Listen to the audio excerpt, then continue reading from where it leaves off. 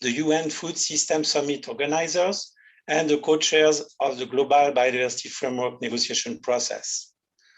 I hope it will bring a meaningful contribution and help support convergence between the biodiversity and food system community and at such an important global moment. Before we start, what I'm sure will be an extremely insightful discussion, here are some housekeeping notes. Live interpretation is available in 3 languages, English, French, and Spanish, under the globe button at the bottom of your screen. To only hear the interpreted language, click on Mute Original Audio. Please submit the questions you want to raise to the panelists through the question and answers section only in English, French, or Spanish. The points made in the chat space will only support the discussion among participants. The webinar is recorded and the video will be made available together with the panelist presentation on our project website tomorrow. It is also currently broadcast on our YouTube channel. A follow-up email, including a link to the video, a summary article, and a feedback survey form to complete, will be shared to all participants.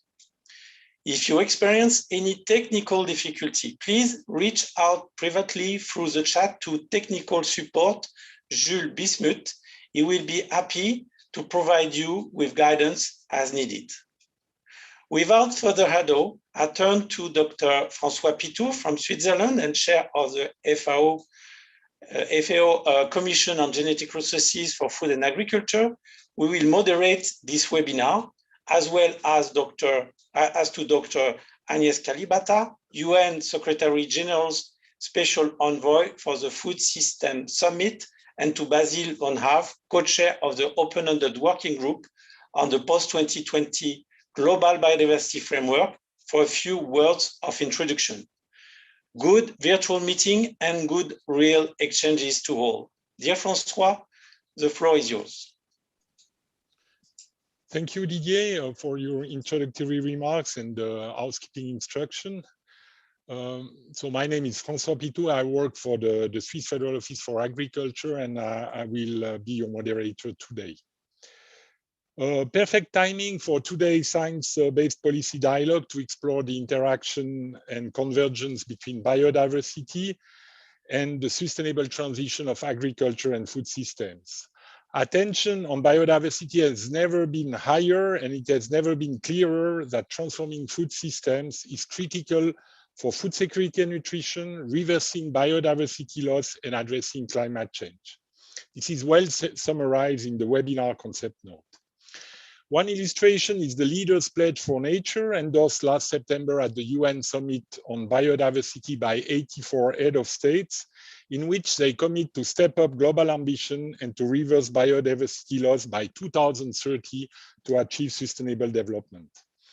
Transition to sustainable food systems that meet people needs while remaining within planetary boundaries, as well as scaling up regenerative ecosystem-based approach, were identified as urgent actions.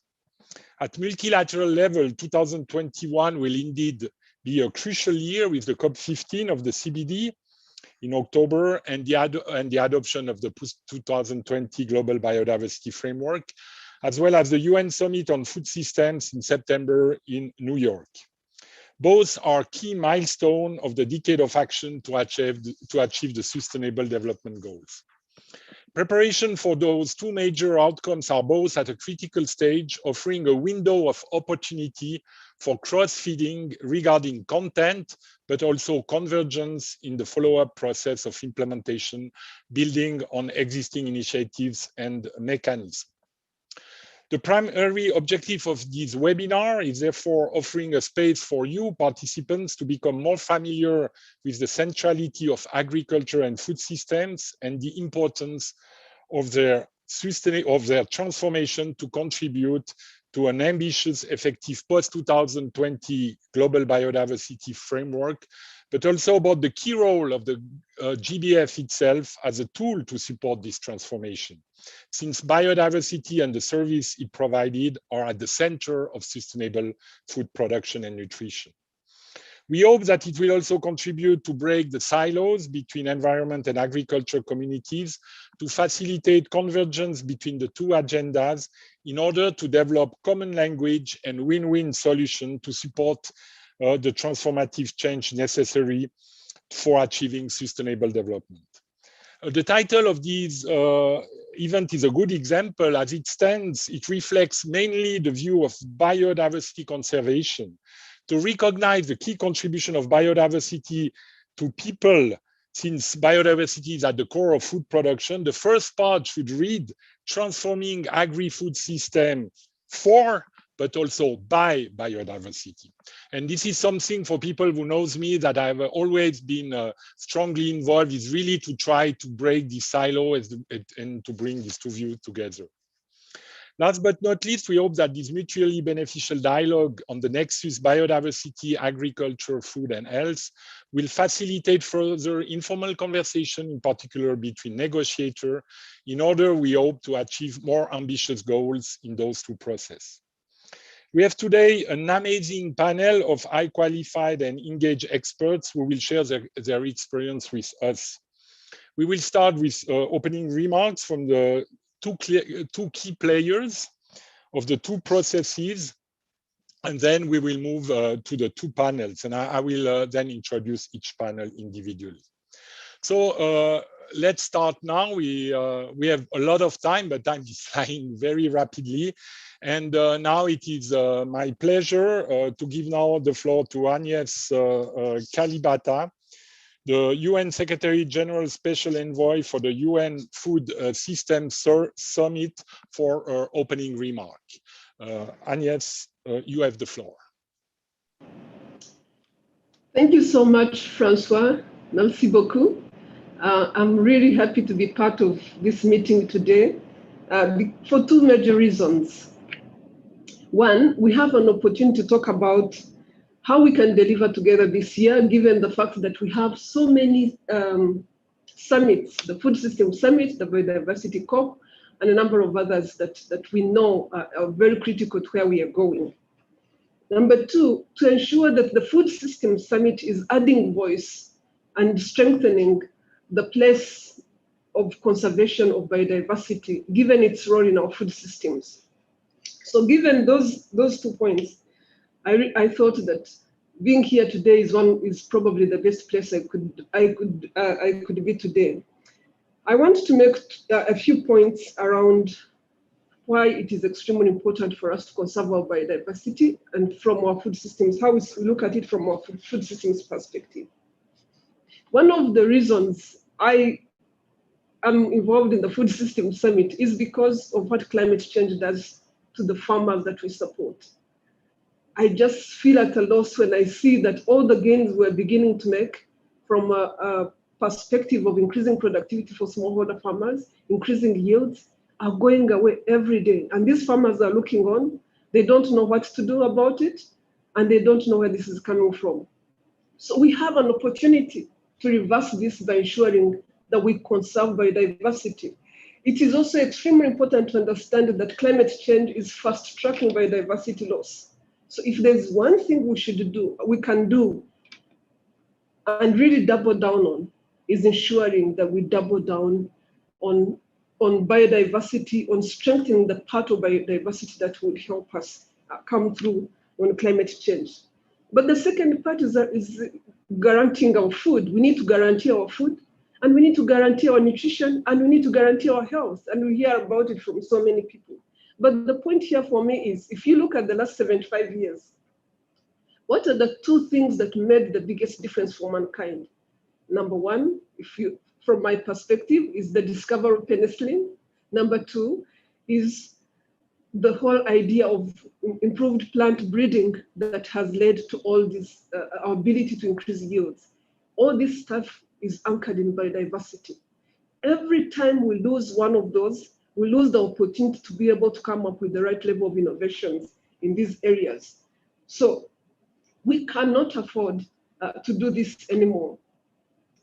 So when the Secretary General launched the Food System Summit, he was thinking of this, the holistic nature of the food system and its implication to our food security, to our environment, to our biodiversity, and to so many other things that I'm not going to talk about here, but that you already know. So what we've done, recognizing fully well that the Food System Summit has the opportunity to touch all the 17 SDGs. What we've done is to think through the best way to engage people around what is at stake here. We've designed the Food System Summit machinery to do two things at the same time: to engage the world, to engage each and every one of us through what we are calling food systems dialogues. So we've designed dialogues that are happening at national level. And right now we have over 98 countries that are engaged in dialogues. And I'll tell you in a minute why that is extremely important from a biodiversity perspective. And we have over 200 independent dialogues that are happening. Independent dialogues are dialogues that are happening among producers, among fishermen and fishing women, among livestock people, but also among indigenous people and other communities, private sector and other communities, giving each of these people an opportunity to sit and talk about the opportunities they see, the challenges they live with, and the solutions that we have to be able to solve some of the problems. So the national level dialogues are very critical because it's only through designing some of the policy frameworks that are very critical to coming through that will be able to come through. It's only through national level commitments. And I give you one example. Biodiversity loss is something which farmers, producers, indigenous people can do, but we need policy frameworks to support them in the work that they are doing. If acting on one thing only, and I'm saying this from my own experience, if we acted on land rights, for example, land rights, if we acted on that, it would completely change how biodiversity is perceived, because every person that sits on any piece of land wants to conserve that land, wants to protect that land. And many times, the inability to have those rights is what really undermines our ability to be able to support these people to conserve their pieces of land. So hopefully some of these, as we go through the food systems dialogues and as we go through the biodiversity COP conversations, we come to some of those challenging, but also very real opportunities that we can deal with. The second bit of designing the summit is about solutions and being able to find solutions that can help us come up with ideas, innovations that can help solve these problems. So we do that through action tracks. And I'll not go through the number of action tracks. We have 5 action tracks. I'll not go through them, but they're available on our website. The critical thing about action tracks is that they look at the opportunities that we have and the ability that they provide to be able to solve these problems. Action tracks ideas are sought from a cross range of people, a big collection of people, from our landscape, from anybody who wants to contribute ideas. We have action track leaders that are really conducting different fora in different places to be able to make sure that they get ideas. Right now, they have over 1,200 ideas that they've already put together. Which ideas, some of them are geared specifically towards addressing some of the questions you're talking about in biodiversity loss and conservation. So the opportunity here is huge. So from a food systems perspective, the action tracks will provide not just ideas, but will provide an opportunity for partnering around those ideas. I hope that at the time of the pre-summit, when these ideas do condense and have visibility of what it means to come through for biodiversity, we can form the right level of coalitions that will help us deliver against biodiversity loss and provide an opportunity for restoration. We do have an opportunity in institutions like Crop Trust. We do have an opportunity in the CGIR that not the whole world is degraded. We can restore our biodiversity. It's critical for the people that live off the land. Take it from a daughter of a farmer. It's very, very important for rural communities to have their biodiversity restored, because that's how they treat themselves. That's how they manage their nutrition. That's how they know how to live. We owe it to them So you can count us from a food systems perspective that we will support you in your quest to restore our biodiversity. It's important to our food systems, and I know it's important to you as well. Thank you so much for giving me the opportunity, Francois, and I look forward to the conversations. Thank you very much, Agnes, for this very rich and also inspiring contribution on the referring to the inclusive preparation of the UN summit to develop actions for solutions. I have been told that due to other engagement, you cannot stay longer with us. So thank you again for having devoted some of your time. And we wish you all the best with the preparation of the summit. Thank you very much. And now I have the pleasure to give the floor to Basile Van Havre, one of the two co-chairs of the open-ended working group on the Global Biodiversity Framework of the Convention on Biodiversity. Basile, you have the floor for your opening remarks. Merci, François. Good day to all of you. It's a pleasure to be able to join you. It's a very tough hack to come right behind Dr. Kalibata. So bear with me. I'll try to pick up on some of the point that was made earlier. We're facing three crises.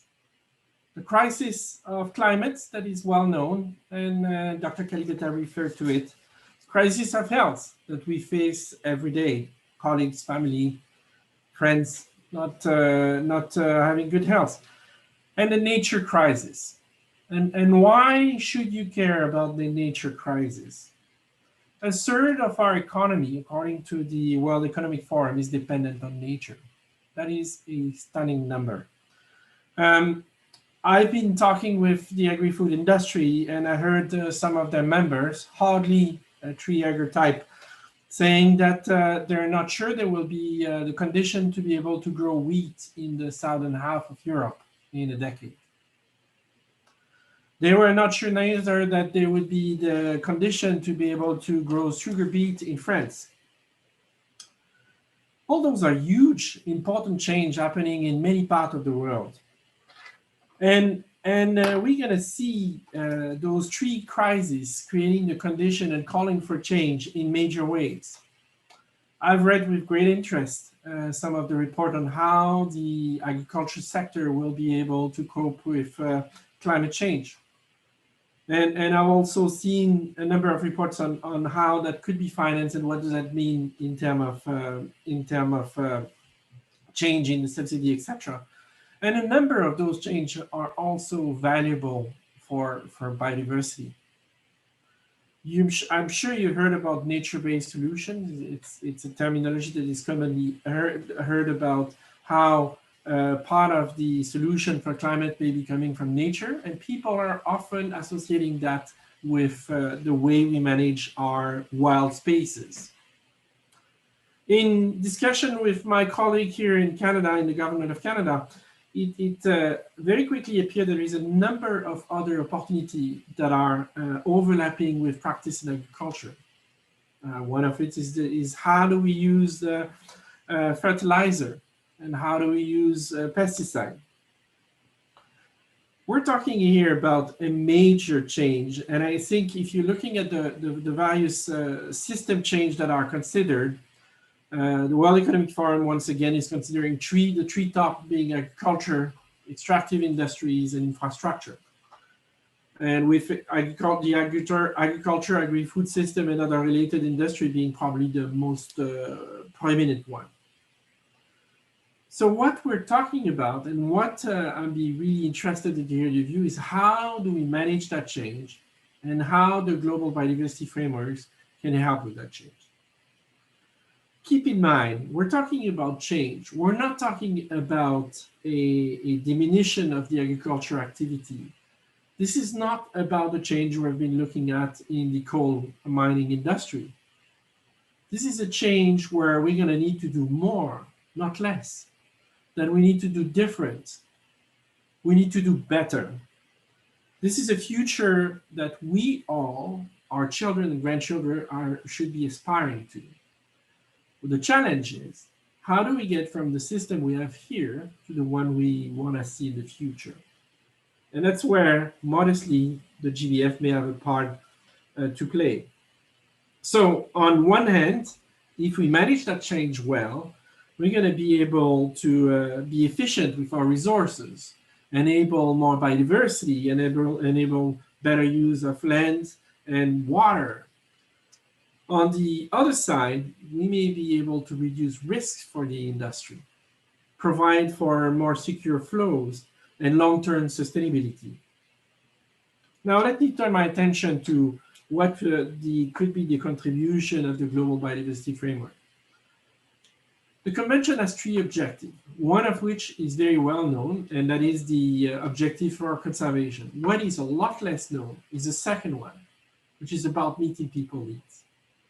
When Francis and I started our consultation, what seems to be eons ago, but just a year and a half ago, we learned very clearly from developing countries that they wanted a new framework that balanced the three objectives. The third one, of course, is sharing equitably the benefits of nature. So what we're trying to build is not only a framework with valid targets for addressing biodiversity loss, and there is plenty of very good advice on that, but also one that provides concrete, effective targets that enable to meet people's needs. Obviously, agriculture is part of that mix. So that's the overall objective of the convention. Practically, we're building a framework with a number of targets. There is 20 of those in the current draft, and in a very, very short time, we will be in the process of drafting a new version of it. And basically, that framework is made of a vision, living in harmony with nature, that we try to translate into some goals. And then one goal is directly related to that second objective is how we're meeting the population needs. Behind that, there is those 20 action targets. And a number of those are related to activities important to agriculture.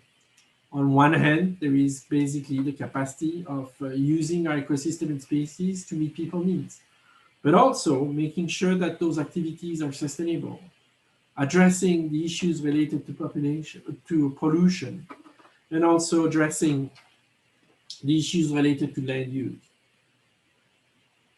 I have some knowledge on biodiversity, but you are the one with the knowledge on the agri-food system and associated industries. We need your help. There is no way I'm going to become an expert on the agri-food system over the next few weeks. So I'm really interested to hear your practical advice on how we can shape the targets to make for frameworks that enable those actions. I'm particularly delighted to see the Food Summit coming up. This is a wonderful opportunity to put a spotlight on the most important transition. Keep in mind that our framework will be negotiated over the next few months, but that is only the beginning of the road. The most difficult part of the work is not the negotiation, it's the implementation. And that's the work that's going to be done by sectors like yours and how we can do. So Francois talked about convergence between the various sectors, about breaking the silos. I think in our views, this is the only way we're going to be successful. I'm delighted to see the number of names I don't know on the attendance list. I'm looking forward to hear your views. I'm looking forward to hear the presentation. And please count on my support and my help. And I'm looking forward to your discussion. Thank you very much. Back to you, Francois. Merci. Thank you very much, Basile. Thank you very much for your encouraging words when it comes to transformation. I think we would also need to have this type of message in Switzerland, since we are starting the discussion on a referendum regarding the use of pesticides. And I think that's really something you mentioned also, which is one element of this transformation process. So, and also thank you to remind also us that when we talk about biodiversity, the conservation is one objective, but the other one is also the sustainable use and the contribution of biodiversity to people. Thank you very much. And since you will stay with us, I'm sure you might have the opportunity to intervene during the discussions. Now we will move to the first panel on call for convergence, bringing together agri-food systems and biodiversity actions. We have 3 panelists. The first one is Patrick Caron, who is the Vice President for International Affairs of University of Montpellier, but who was also the former chair of the Committee on Food Security high-level panel of experts on food security and nutrition. And this high-level panel has produced in the recent years a series of science-based reports and recommendation on different issues related for food security and nutrition. The second speaker will be Ana Maria Hernandez Salga, the chair of IPBES, the Intergovernmental Science Policy Platform on biodiversity and food and biodiversity and ecosystem services. I made a mistake in my notes sometime. Sorry. And she will also give us some hints from the results of the first global assessment made by IPBES. And our third panelist will be Professor Linwije Malenje Simonda, Director and Chair of the African University Research Island Center of Excellence in Sustainable Food System at University of Pretoria. And she will give us an African perspective on how to reconcile food systems and biodiversity, focusing on the social dimension. So what I will do, I will give the floor to the 3 panelists. You have, each one have maximum 10 minutes. And then we will open the discussion for another half an hour. So like Didier mentioned in his introduction, you participants are invited to actively contribute to the discussion by providing your questions to the Q&A section of the system down on the screen. So having said that, now I give the floor to Patrick Caron. Patrick, floor is yours. Bonjour et merci, François.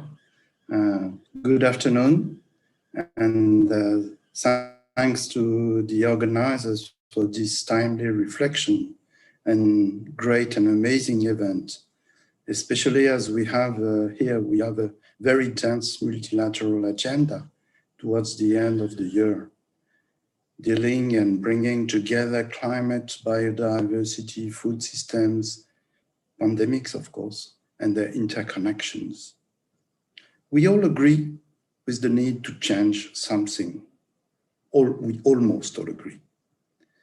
And the question should not be to build back from the current crisis, from the perfect storm, but to build differently. Food systems are certainly at the heart of the required change because of their connection with all Sustainable Development Goals. This was highlighted by the many reports from the high-level panel of experts of the UN Committee for World Food Security.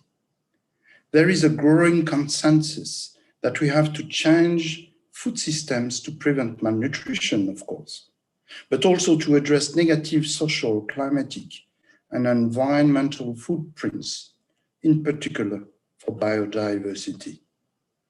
We do have many evidence, and if the consensus to change is nowadays emerging, the evidence is not new.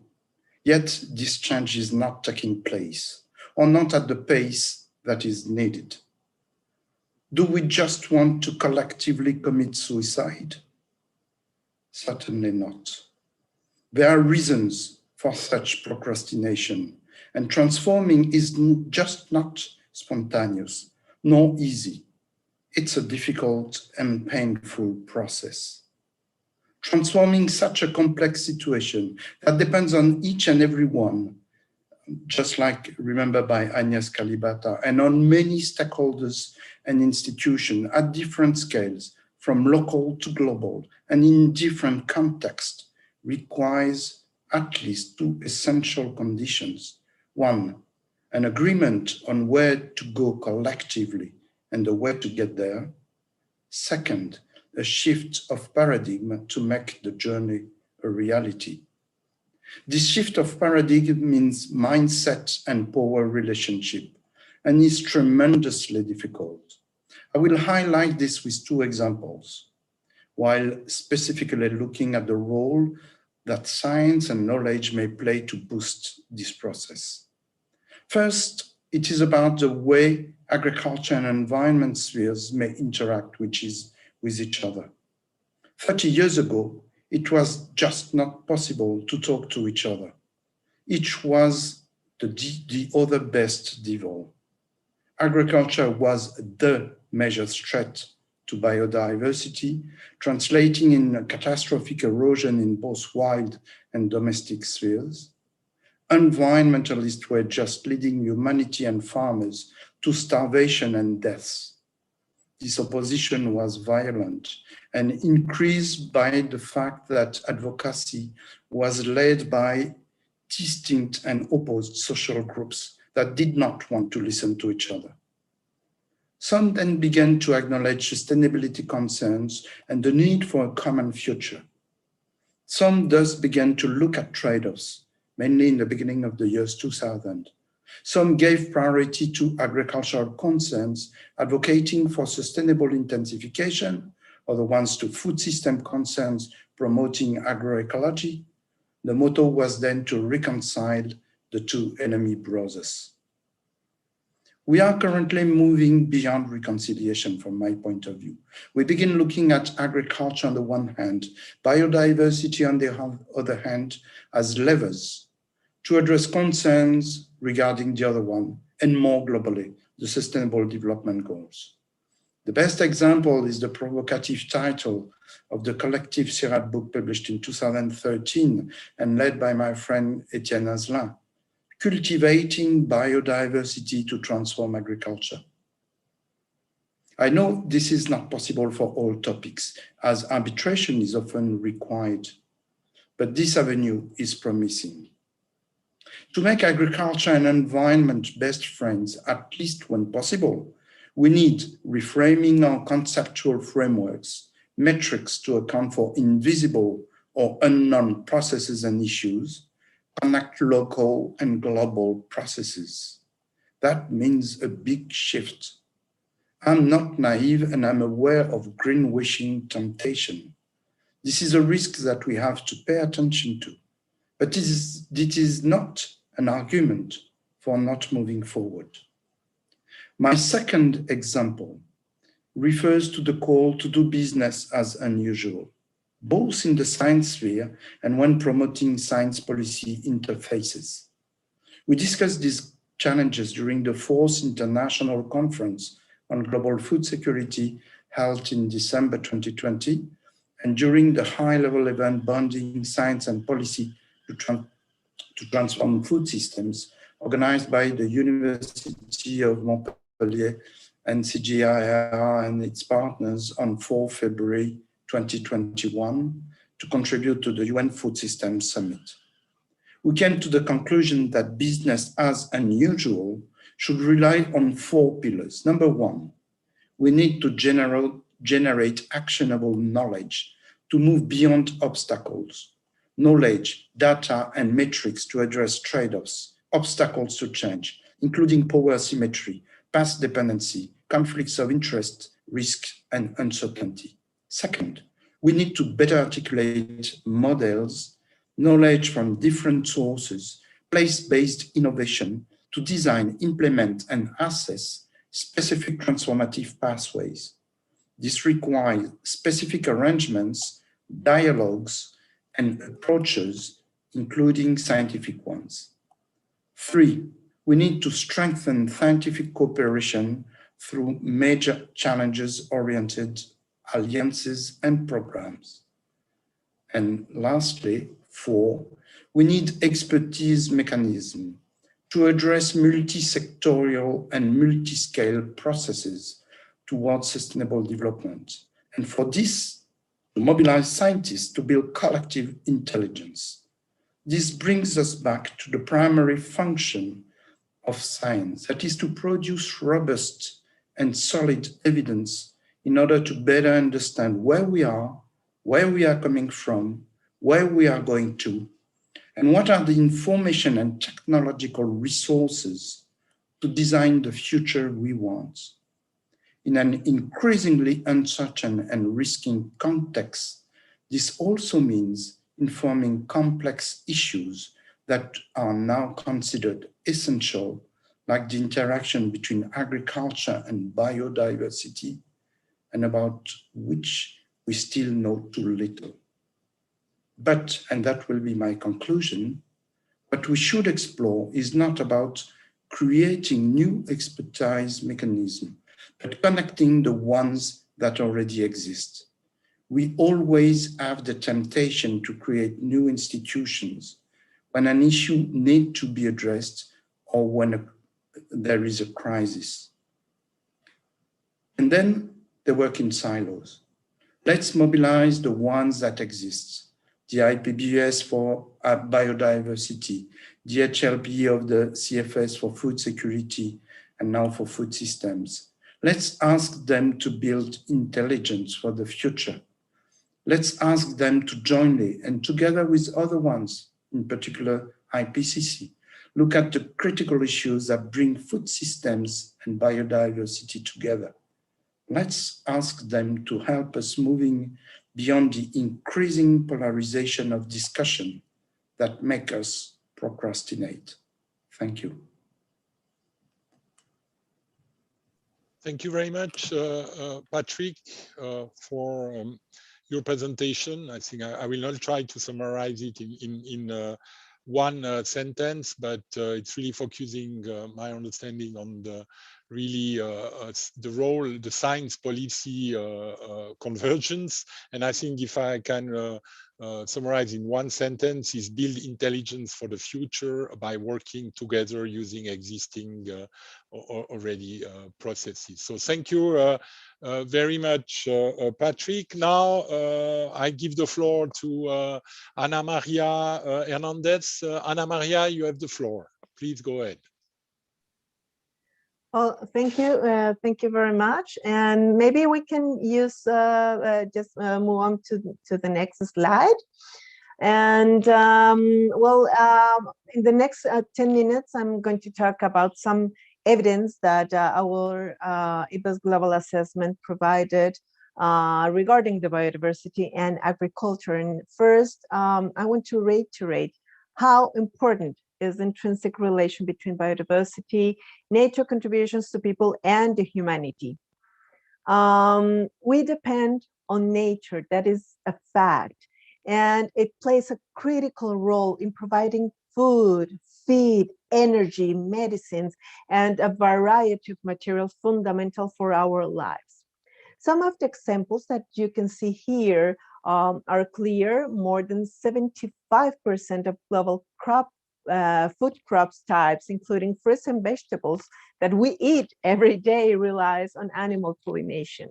And more than 2 billion people depend on wood to generate energy, and 4 billion people depend on natural medicine. So it's basic to understand and to be sure that biodiversity provides us vital support permanently, every day. There's not doubt about that.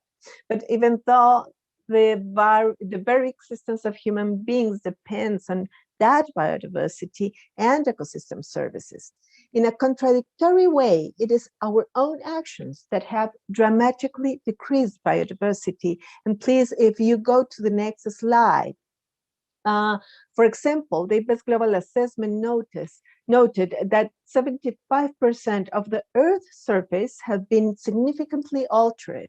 Land degradation has reduced productivity in 23% of the global terrestrial area. And also, as you can see, the 85% of the wetlands have disappeared, and the 66% of the surface of the oceans is experiencing high impacts, generating pressures never seen before at all levels of biodiversity. Now, regarding domesticated biodiversity and wild relatives, our global assessment, when reviewing the secondary information, found that fewer varieties and breeds of plants and animals are being cultivated, raised, traded, and maintained around the world. This is despite many local efforts, which includes, of course, those by indigenous peoples and local communities. Also, the experts found that by 2016, 559 of more than 6,000 domesticated breeds of mammals used for food and agriculture have become extinct, and at least 1,000 more are threatened. So the status of many crop wild relatives that are important for food security, including those of domesticated mammals and birds, is worsening. And the reductions in the diversity of cultivated crops, crop-wide relatives, and domesticated breeds means that the agroecosystems are less resilient against future climate change, pests, and pathogens. If we go to the next slide, please, I want also to show you that we have lost over the past 50 years, 14 out of the 18 contributions which nature provides to people and makes life on this planet possible. And for example, as you can see, we have lost regulating contributions such as pollination, which is very important, basic for agriculture, or also we lost the capacity of nature to regulate our climate or our air quality. We have lost also non-material contributions, which are so fundamental, well, to our cultural identity and to our sense of belonging. And as you see in the green arrows, only material contributions have increased, and this include production of food, fiber, and energy. In general, the value of agricultural crop production has increased approximately threefold since 1970. The great expansion in the production of food, feed, fiber, and bioenergy has occurred at the cost of many other contributions of nature to quality of life. There is an imbalance here, but not all is so simple or so dramatic. You know that synergies also exist, such as sustainable agricultural practices that enhance soil quality, thereby improving productivity and other ecosystem functions and services such as carbon sequestration and water quality regulation, as you know. In the next slide, I want to present you this. Please, can you put the next slide? But of course, we need to know what causes the dramatic loss of biodiversity. Because yes, we have the data. We know that the biodiversity is, we are losing very fast the biodiversity, but what are the causes? What are affecting biodiversity that in turn affect by agricultural production? And if we know that, we can take actions. And as you know, the IPBES Global Assessment pointed out, as you see here, the main 5 direct drivers of change in nature, with the largest relative global impact so far. And you can see is the land use change, direct exploitation of organisms, climate change, pollution, and invasive alien species. And those 5 direct drivers result from an array of underlying causes, or what we call indirect drivers of change. And those are based on societal values and behaviors, and include, for example, production and consumption patterns, or human population dynamics and trends, trade, technological innovations, and governance, amongst others. The agricultural expansion is the most widespread form of land use change, with over 1/3 of the terrestrial land surface being used for cropping or animal husbandry. This expansion, alongside doubling of human urban areas since 1992, and an unprecedented expansion of infrastructure linked to, of course, growing population and consumption, has come mostly at expenses of the ecosystems and the biodiversity within them. The negative trends in biodiversity and ecosystem functions are projected to continue or worsen in many future scenarios in response to those indirect drivers. So what are the actions that we need to take? And if you go to the next slide, please. First, we need to listen to the science. and the different knowledge systems and practices, including the indigenous and local communities ones, and take decisions accordingly if we want to have a better and sustainable future. As our global assessment highlights, some specific actions can be taken, like promoting sustainable agricultural and agroecological practices, such as multifunctional landscapes planning and cross-sectoral integrated management that supports the conservation of genetic diversity and, of course, the associated agricultural diversity. Also, it is very important to learn how to avoid food waste, implement context-appropriate climate change mitigation and adaptation measure, capacitate producers and consumers to transform supply chains and facilitate sustainably and healthy dietary choices. And we cannot forget that as part of this integrated landscape planning and management, it is very urgent to do ecological restoration, emphasizing the use of native species. My last slide, please. Then invite us to do these changes, these actions, and with deep changes, which transform the society and slow the biodiversity rate of loss. Those can be achieved only, this transformative change can be achieved only if there is a common understanding of the direct and indirect drivers of change, and we can find cooperative efforts to resolve them. We collectively, governments, private sector, academia, IPLCs, and all other stakeholders, including individuals, need to address a series of levers and leverage points to trigger a truly transformative change. For example, we can mention integrating biodiversity nature in all policies and all sectors, and of course includes agriculture, climate, and finance. We have to learn to embrace different visions of what a good life is. Also, we have to reduce and change consumption patterns and reduce waste. Also, we can help reducing inequalities, practicing justice and inclusion, and reducing and ending harmful subsidies.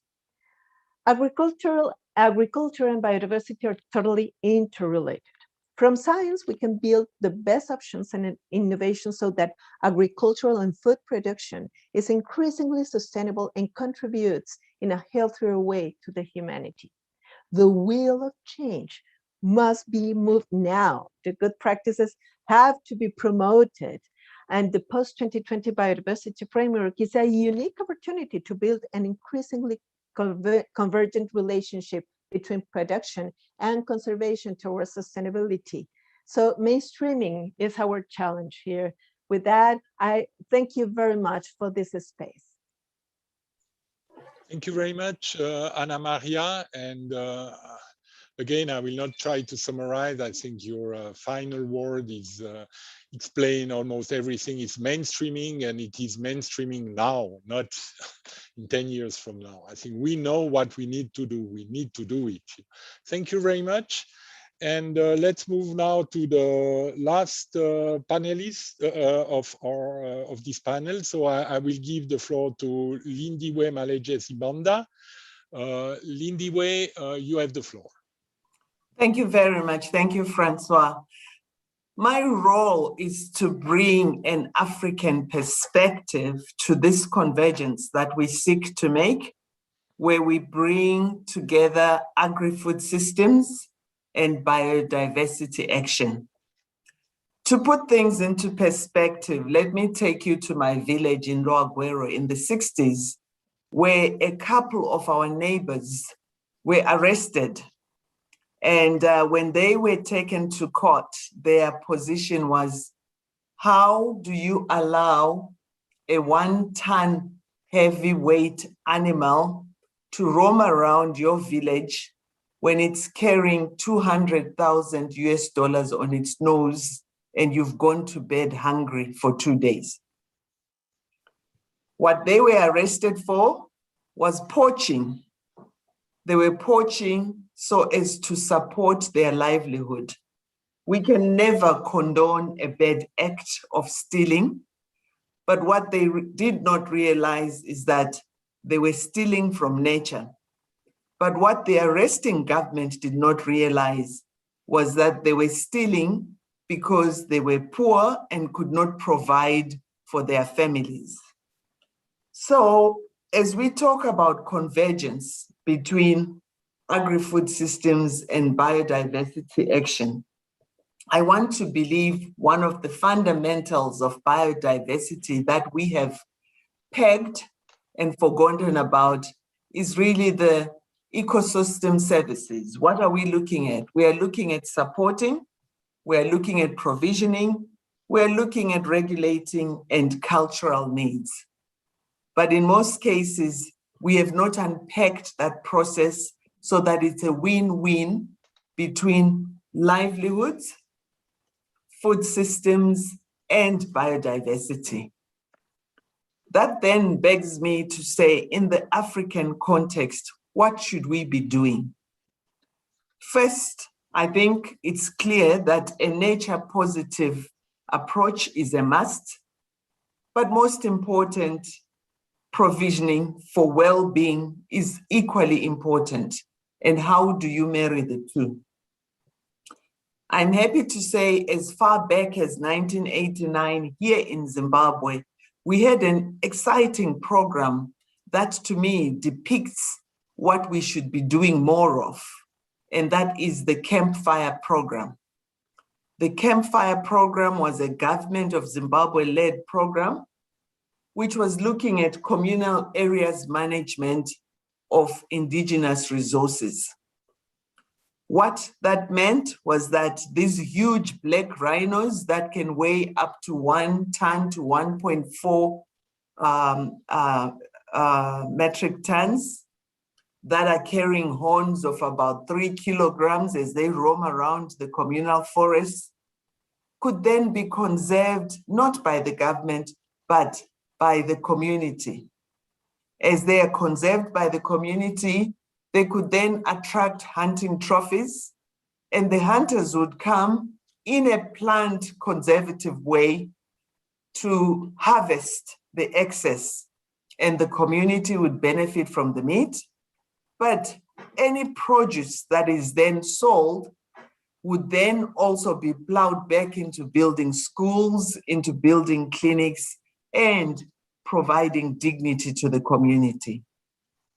So when we are talking about convergence between agri-food systems and biodiversity action, I want to believe the compelling call is to make sure we create win-win agendas.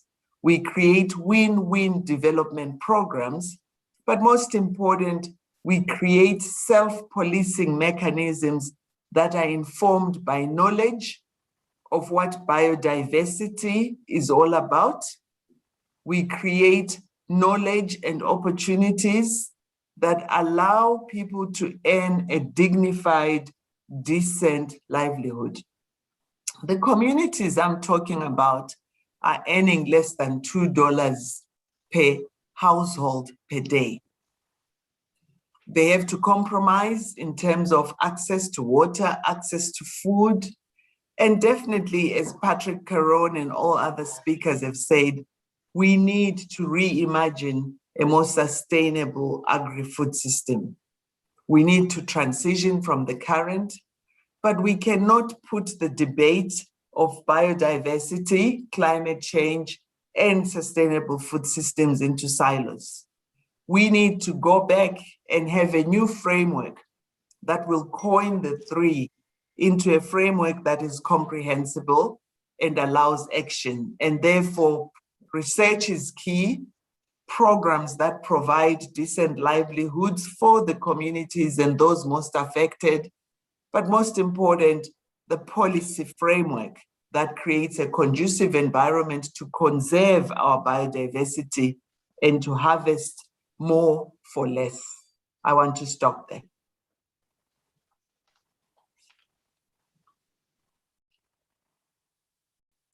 We cannot hear you, Francois. I suspect you're muted. Yes, thank you very much, Lindiwe, for this contribution. And I think really that put, I think for my point of view, something which is very important that we often forget is the question of the livelihood, and also what I found very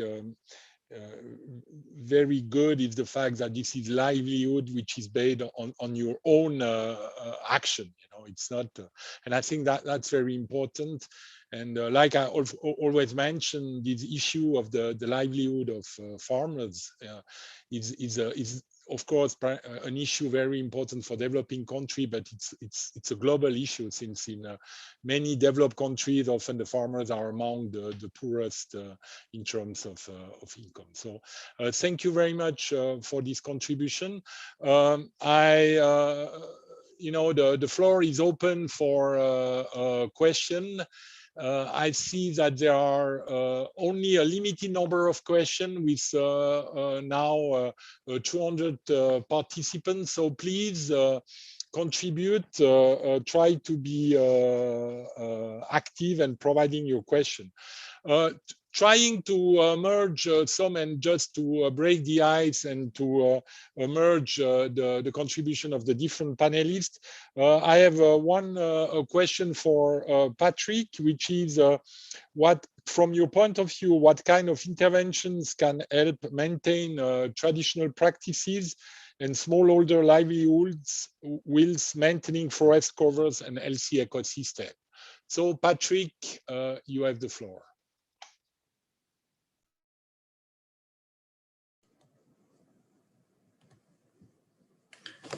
Thank you, Francois. Apparently, I don't have the control of my camera, so I think it's on the side of the organizers, but I can speak. So, and apparently you can hear me. So, okay. We can hear you, no problem. Okay. And you are back on the screen. And you can see me. So, well, what about intervention to maintain, and particularly when, as Lindy Way was mentioning, in the case where livelihood is threatened, how we can maintain both the activity and the farming in the broad sense of it, of the activity and environmental assets and concerns. First of all, and I thought that in the chat, there is plenty of indigenous knowledge that is existing and that should be valued and maintained. This is an incredible source of knowledge that somehow can be considered as a custodian of sustainability, and that which should privilege, and that has been built across history. But of course, we very much know that the world is changing, and all sources of knowledge are useful if I come back to the contribution of science. But when listening to your question, Francois, I will draw up all those interventions are very context specific, and if I begin to bring example, I should take the floor for house probably. So I will somehow escape a bit from the question by saying that to address those objectives, we do not only require local intervention, we require local intervention valuing traditional knowledge, but also other sources of knowledge, but we require above all to design in a consistent way intervention that may take place locally to support and the transformation that is required, but also at the territorial level, at the national level, and at the global level. No one transformation will just derive from local intervention. Global frameworks are insufficient to promote that, but we may realize in all places of the world that transformation is really taking place when there is an alignment of interventions at these different scales. So in a nutshell, to address your question, I would say the big transformation we are advocating for, the great transformation we are advocating for, to use the words of a title of a book some decades ago, will not only come from the replication of local intervention that are site-specific. We have to learn from that to design appropriate policies, to design appropriate frameworks, and to make sure that those are working hand in hand and aligned to contribute to sustainable development.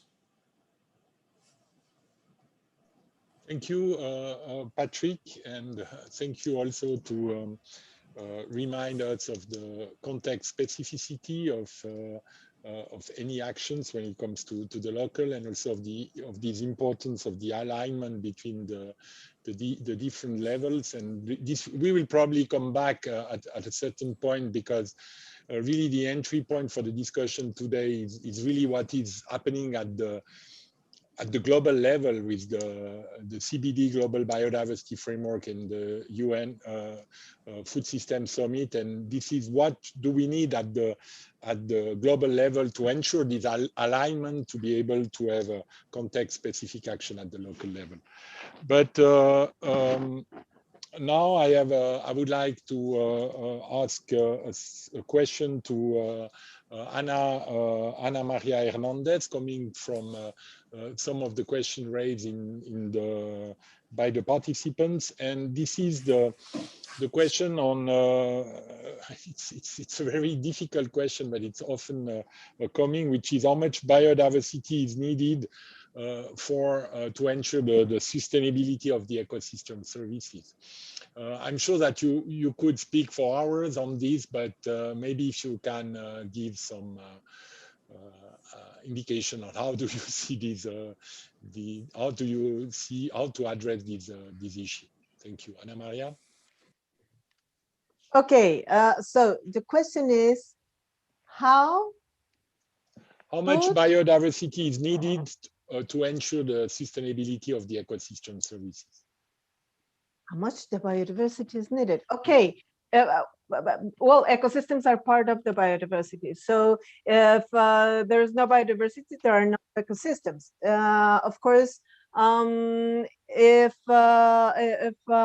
we do not ensure the conservation and sustainable use of all the biodiversity, then the functionality of the ecosystem services are going to be affected in various ways. And the quality of these ecosystem services are going to be very diminished. And it's totally interrelated, and starting saying how examples on how, for example, if we do not conserve the forest, it will be automatically diminish the provision of water, and the quality of the water is one of those examples that is basic in our days.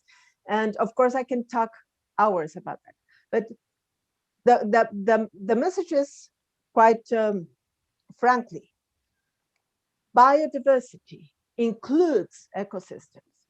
So if the biodiversity is lost, the ecosystems are lost, and the ecosystem functionality are going to be non-existent. That is the main message that I can send to the person that is giving this question.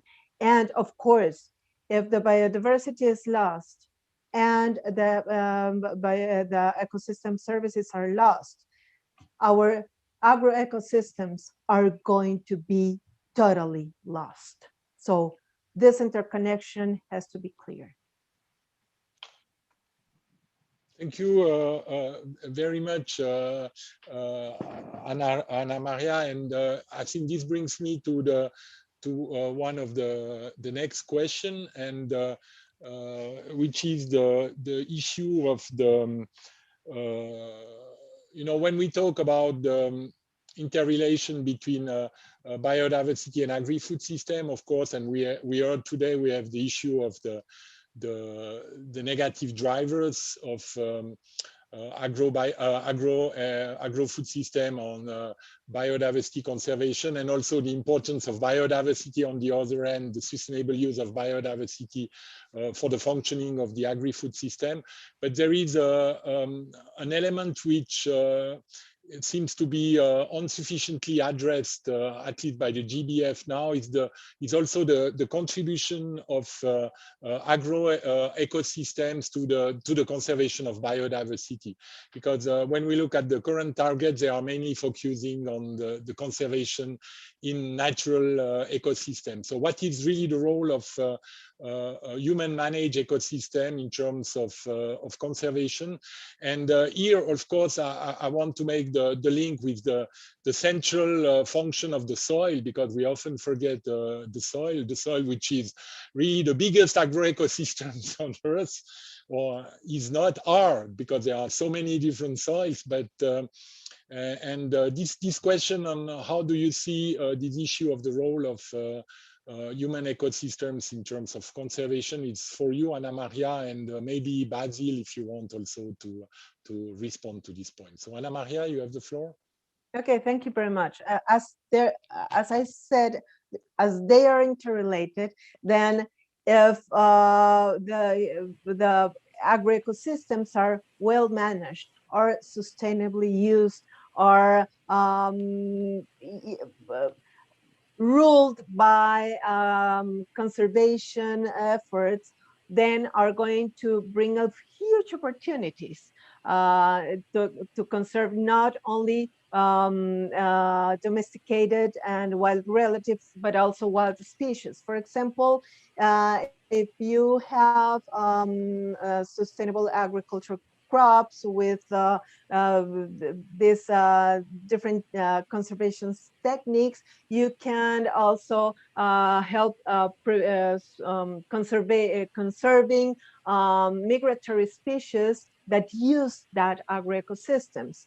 And is the case of, well, I don't remember in English the name, but in Spanish the name is the reinita dorada. It's a bird that migrates from the north, the United States and Canada maybe, and comes to the coffee fields in Andean countries. So as you can see, if the agroecosystems are well managed, and we have activities on conservation there, automatically we are going to use these agroecosystems as a source also for conservation for wild animals and plants, and of course as for wild relatives and domesticated plants and animals. So if really there are efforts to conserve agroecosystems, and the soil, as you said, the soil is so rich in biodiversity. Nobody knows, well, nobody can understand the richness of the soil in this process. And if we can pull together to conserve and to work towards the sustainability of this agroecosystems, then we are going to facilitate a lot the work of conservation in the surrounding areas, wild areas. Thank you, Anna Maria, and maybe I give the floor to Basil. You know, how do you see this as co-chair of the working group? You know, or better reflect the contribution of the human managed ecosystems. I'll start a little bit like Anna Maria to talk about my previous career as a migratory bird manager in North America for a long time. And there is so many aspects in which agriculture and managed landscape sustain species. And you start from appropriately managed pasture where beef producers or ranchers are keeping their cattle. If you do that in a sustainable way, you are mimicking the natural ecosystem and you're sustaining bird species. So what in the framework, what the challenge we're going to have is to try to find performance indicators and targets that are taking this into consideration. So it's not about, you know that there is a lot of support for a 30% protected and conserved area target, and that is something we're watching very carefully, and we'll see how parties will want to incorporate that in the framework. But perhaps what is more important is, what do you do with the 70% outside? And how do you manage that? And it is not about creating a boundary and then on one side there is nature and on the other side we don't care. That is not going to work. What we're going to need is the appropriate level of protection. That's a given. But the appropriate system that enable nature to strive at the right level and human activity on 100% of the territory. So I remember in another part of my career trying to look at forestry and land that is used for producing timber, and how if you stopped all timber harvest, you would actually lose some bird species that are benefiting from the regrowth. So in this country here in Canada, we're talking about 50 and 70 year cycle. In other countries, much more rapid. But what we need is to find the system and the indicators that enable to see both sides of the equation. Thank you.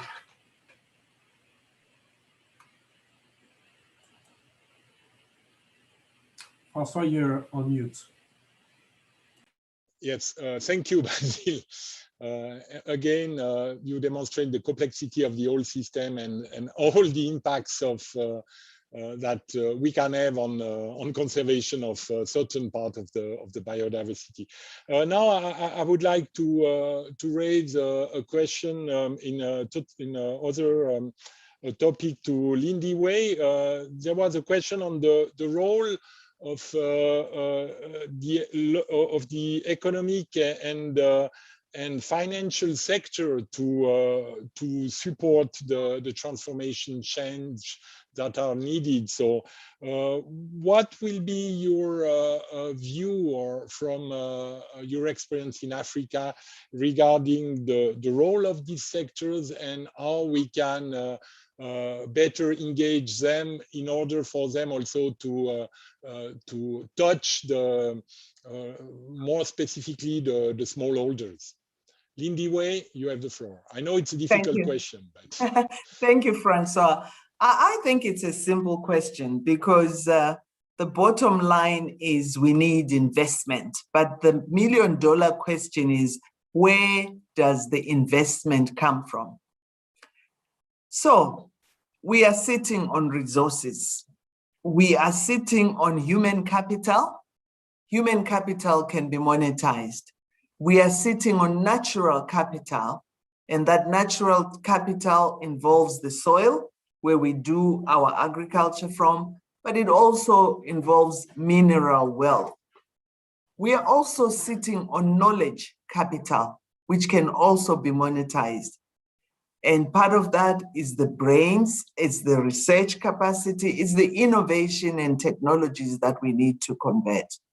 Then, of course, where government gets its money from is from taxation. But if we go to the basics, is how do we make this convergence of sustainable food systems and biodiversity generate or absorb innovation to coin programs that will generate employment for our youth?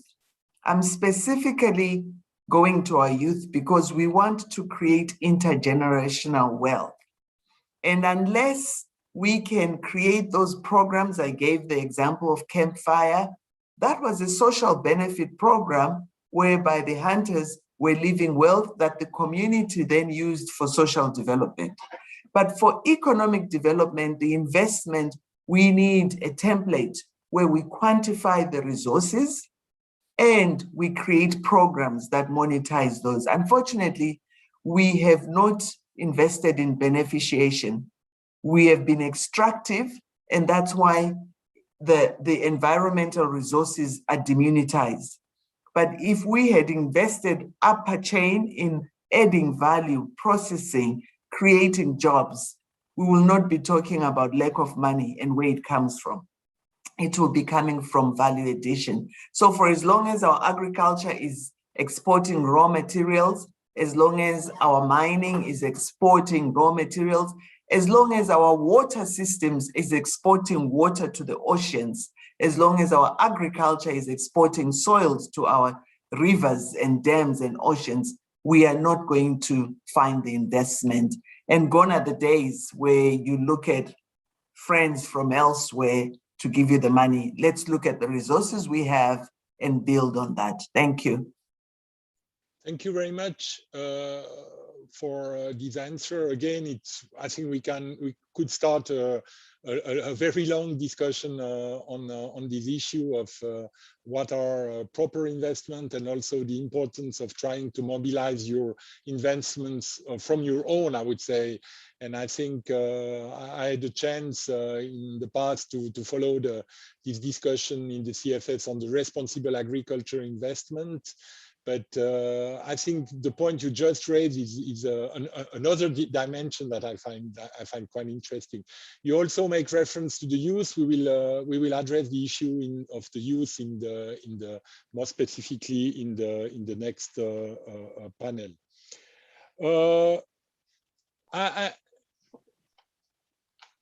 I have still, it's very difficult as a chair to follow your response and to look at the questions at the same time. But I have another question for Patrick, which is what would be the next concrete steps needed to bring the ambitions you mentioned into reality?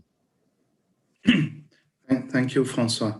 Well, as all organizers mentioned and keynote speakers at the beginning, or openers at the beginning mentioned it, we have a fantastic international agenda ahead of us. Before the end of the year, we have some rendezvous that we should not miss at all. And at this rendezvous, this is an opportunity to bring together those different issues, to organize the convergence that is not yet taking place, and to organize it at the global level. We said, and that was my previous comment, that intervention and transformation is very often taking place at the local level and very often shaped at the national level. But in the same time, we have this global rendezvous, and just let's remember how the Paris Agreement on climate came to the forefront. It came because it was possible to highlight different futures, plausible futures. And let's take advantage of what will happen at the end of the year, the UN Food System Summits and the COPs, to begin thinking out of the silos, to begin thinking differently together, to bring those convergence at the global level, and to bring them in such a way that they make it possible to think about different possible futures. This will be our compass and our thread to invest in the coming years. And without that, we will just either continue working in silo, either procrastinate, either wonder and question where it's important to invest, but without a common vision. So let's take advantage of the agenda before the end of the year. Thank you very much, Patrick. I have another question from the floor, which is for Ana Maria, and also maybe later on for Lindy Way, which is a question related to the indigenous. And the question is, how closely linked is the indigenous land rights with the ability to sustain biodiversity in agro-ecosystems? So, Ana Maria, if you can try to respond to this question. Well, thank you very much. And it is really very interlinked.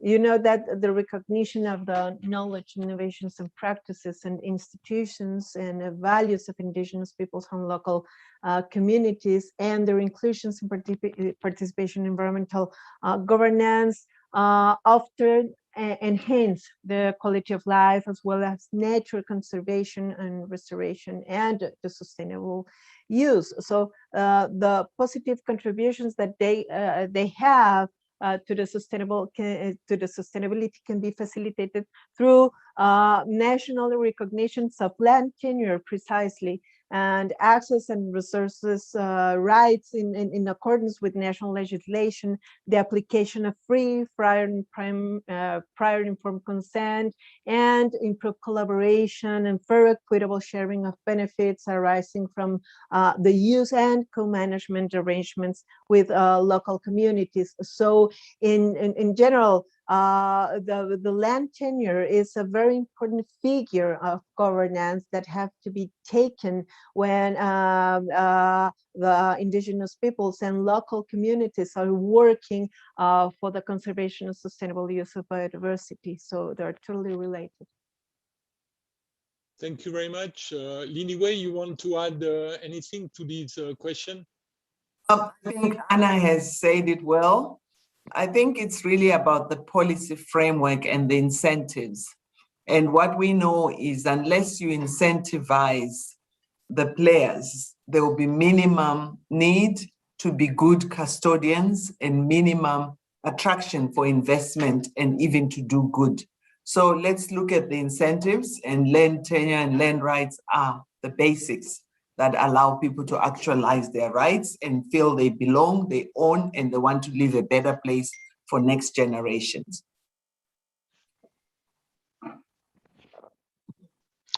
Thank you very much. I think we are coming to the end of this first panel. We are right on time. So I would like to, there are still numerous questions that would keep us busy for quite some time. And some were already addressed. There were a few questions on the issue of soil, or how soil will be addressed in the global biodiversity framework. Also, the contribution of agroecological practice to biodiversity conservation. How can this can be addressed on the target one? Or there were also many questions on an issue that we didn't address, but we might address it later, is the issue of indicators. How do we monitor progress? How do we monitor food value chains, which are, I would say, positive for biodiversity? So there are still a lot of issues on the table, but unfortunately we will not have time. So I would like here to thank you all the three panelists for your contribution today, and also the participants for your questions. And now we will move to our second panel, which is on pathways and operational solutions for biodiversity-friendly agroecosystems. So we move a little bit from the discussion, which is more on policy, that we are now to solutions. And the first speaker will be Gerda Verburg, the coordinator of the Scaling Up Nutrition Sun movement. And Gerda has incredible experience working on the nexus food, nature and health as Minister of Agriculture of Netherlands, but also as chair of the Committee on Food Security. And knowing her, I'm sure we will have a very dynamic contribution. The second speaker is Giannel Tomlinson. I hope I pronounce your name correctly. PhD student from Jamaica. She's representing today IPAD, which is the Young Professional for Agricultural Development, a global network of young professionals working in agriculture and food sector. And then our last panelist will represent the private sector. Dr. Sonal Pandey is Vice President, Plantation and Raw Material in ITC, an Indian conglomerate. So this is the same format as the previous panel. We will listen to the three contributions and then open the floor for questions. So now I give the floor to Gerda Verburg on nutrition, food security and agriculture, contributions and co-benefits from nature. Gerda, you have the floor. Thank you very much, Francois, and good morning, good afternoon, good evening, excellencies, distinguished delegates, ladies and gentlemen. People used to say good food is love, and having a meal and sitting around a table is something great, which means a lot to most people. But our current food systems are Gerda, I think you turned, you mute your microphone. Yeah. Okay, thank you very much, Francois. Dear ladies and gentlemen, people used to say good food is love. And I couldn't agree more because it brings people together and it's celebrating life. But our current food system is really destroying our planet and biodiversity. It is bankrupting our health and our health systems. And at the same time, it is pushing more and more people, families and livelihoods into malnutrition and deep, deep poverty. So I would like to start with praising the organizers of bringing together the Agri-Food people and the biodiversity people to address this in a run-up to the food systems, food system summit, because one thing is clear: we cannot afford to have a food system that is creating so much harm to both people and planet. And recognizing that our food system is part of the problem, we need to come together to make food systems a part of the solution. And we all need to come together, not only from biodiversity and climate, but also the health, the food, the nutrition people, and the economic and financial people. The question is, how do we do it and how do we make it operational? And most of the questions were also addressed to how to do this and how to monitor, etc. We need two things. We need systems change the way we are working and systems are working at all levels, country and globally. And we have to change our own behavior. And maybe the second is even more difficult than the first, because then we need to reinvent ourselves and ask ourselves the question, what and how can we do differently, and will we be able to do differently? But first, it requires, when it comes to the systems change, it requires creative thinking that include people and invite people to come together and to work together. So far, we have organized ourselves in silos: the biodiversity silo, the agricultural silo, the nutrition silo, the health silo. And we need to come to the table and start to work together. And how do we connect around the table? And how do we organize ourselves so in such a way that we understand each other, and that we understand each other's language? Because also reading through the Q&A and chat box, I recognize some language from when I was the Minister of Agriculture, Nature and Food Quality. But gosh, there is some difficult language that food people or people in the livelihoods will not understand. So let's start to talk each other language, and let us also take the behavior of making out of a problem a opportunity. Don't think problems, but think challenges, and let us be determined to create opportunities out of problems. Where to start and from which level to take it? Very often I meet people who say, we know the solutions, so bring us the money and we will fix it. Please, people, forget it, because it doesn't work this way, because it will be done by different people. It will be all standalone solutions, and solutions we need to find need to be owned by the people themselves. the people in the livelihoods, the people in communities, the people in countries. So what is needed? We need to have a food systems dialogues at country level. And you know what? It is happening as we speak. So my invitation is to all participants, look at when the food systems dialogues will happen in your country. It is happening right now in 94 countries. So not in all countries, but you can knock on the door of the government to host such food systems dialogues, because around the world, there is no country without a food systems problem because of biodiversity, climate, and because of health and nutrition. The first thing that needs to happen at country level is the government who is ready to take responsibility and recognize that creating a better food system to serve their people and serve the planet alike, it requires different key performance indicators. We cannot afford that the ministers of agriculture and environment are enemies, that they fight each other in a cabinet. So the president or the prime minister should define key performance indicators for ministers to work together and to be collaborative and to create incentives for this collaboration. And then I would say I'll come to our behavior. The future should not be about negotiating conventions or papers, but we need to come around the table. As I said, start to understand each other's language or start to speak each other's language, define the challenges and agree on action. Meanwhile, building trust and being ready for action, because that should be the next step, how to create action.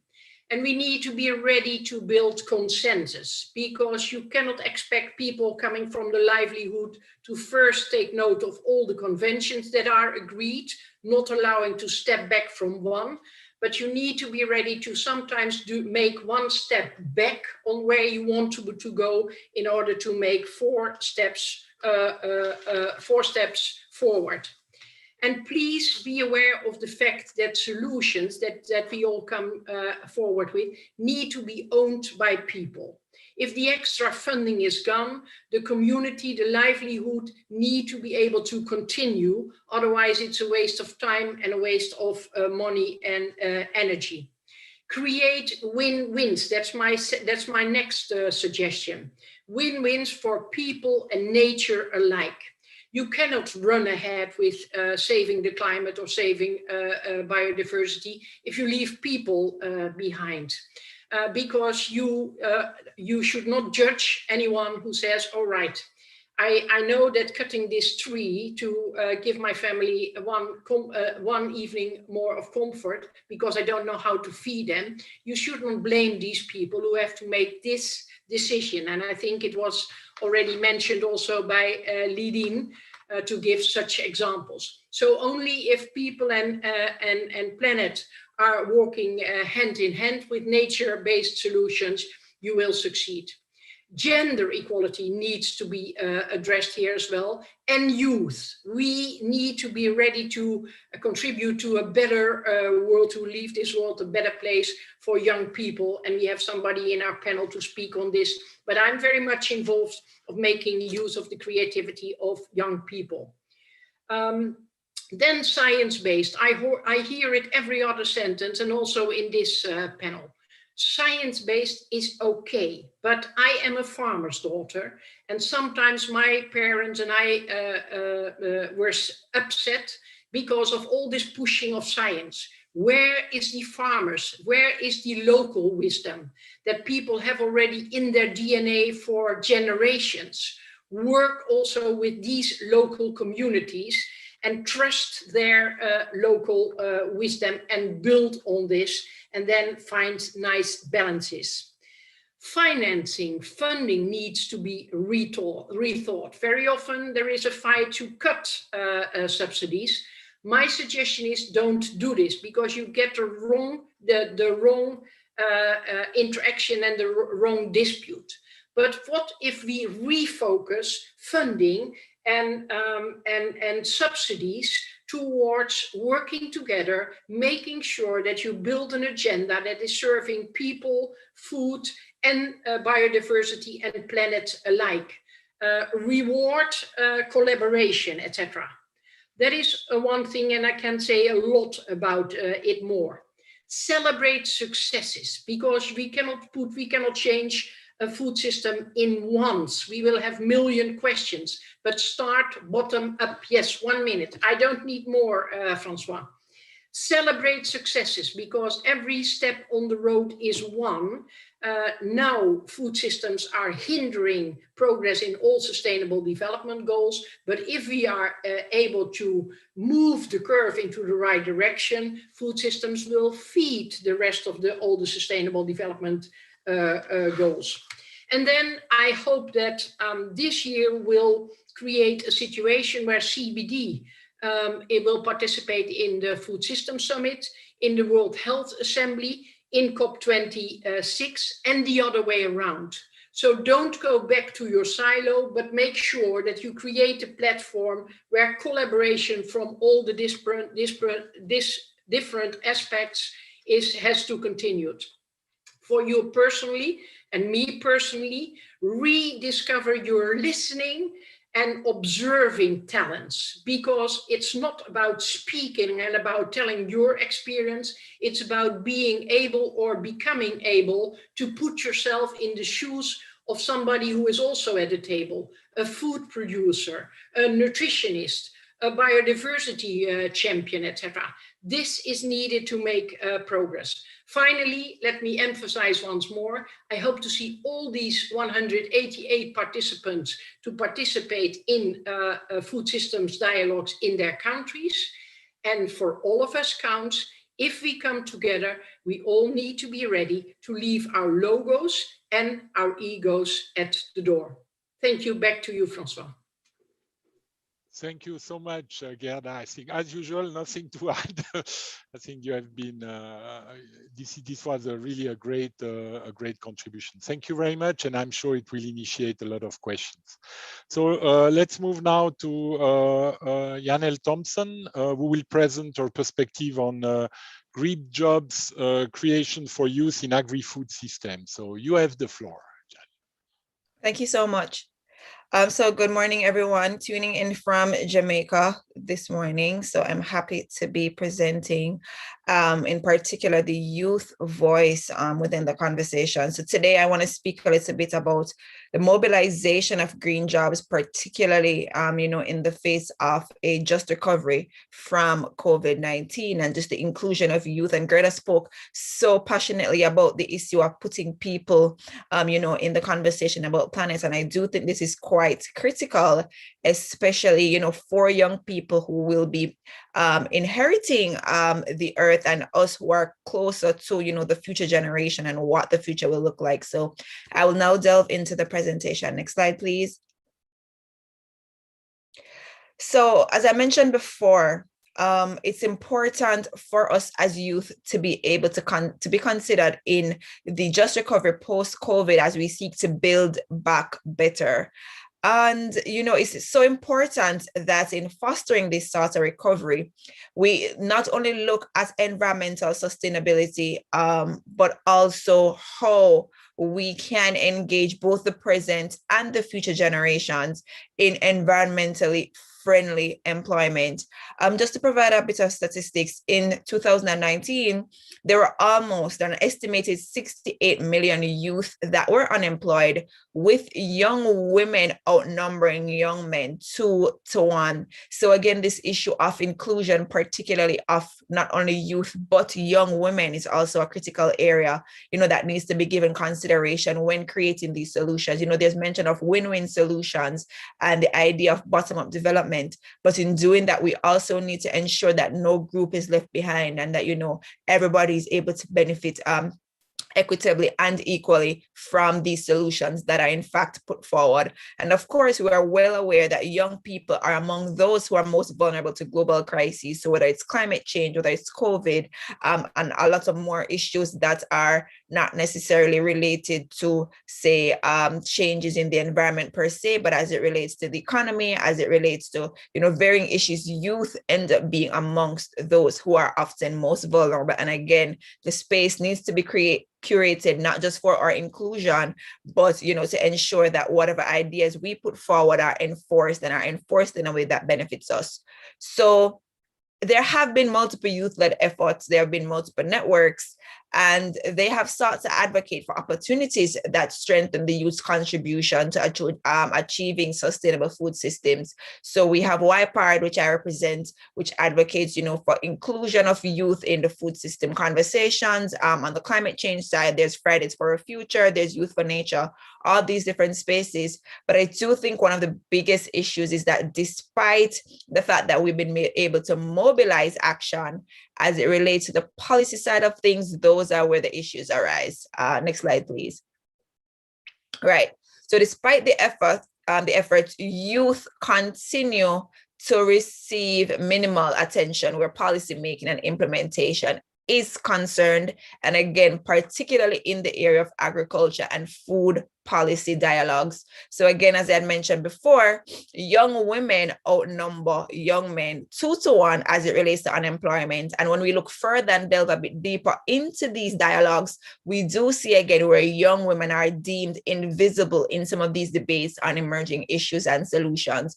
So we recognize that oftentimes, even where the youth are maybe given a space to have a say, to contribute, the young women are not as included, are not as visible in the space. And again, this is something that we need to address if we seek to facilitate equity and equality in the conversations moving forward. So again, we see where the integration of youth in these different governance dialogues will, better reflect our aspirations for both the future and present generations, and seek to tap into, our innovative and creative ideas that we do think that we have that can contribute to solutions, but we just need to be given the space to curate these and to work collectively with the other stakeholders, actors, who will bring these to life.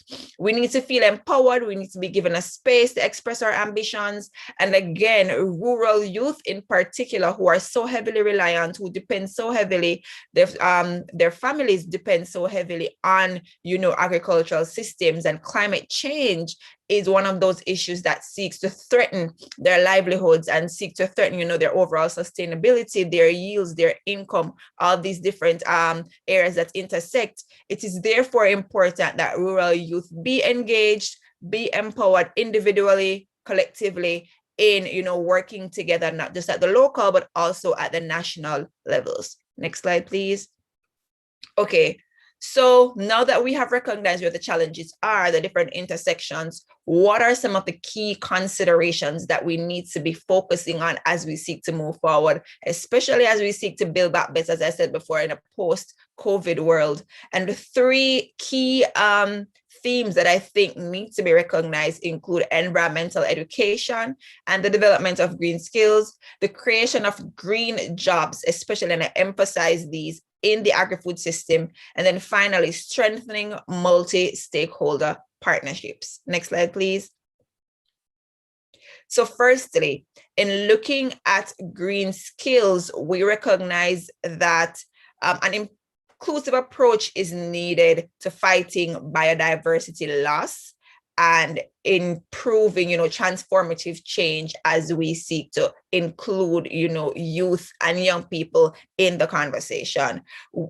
Particularly in this sector, we see where youth empowerment will in fact contribute to reaching the Convention on Biological Diversity's objectives, and in particular, the SDGs. When we look at the idea of zero hunger, when we look at climate change, when we look at the idea of partnerships, gender equality, all these different areas will in fact, be improved and benefit from the inclusion of youth in these ongoing conversations. And again, I always go back to COVID-19 because it is the reality which we live now. So it's important that whatever conversations we're having surrounding youth, surrounding gender, surrounding climate, that we do make reference to COVID-19. And so this particular issue has been exacerbating youth employment and job insecurity.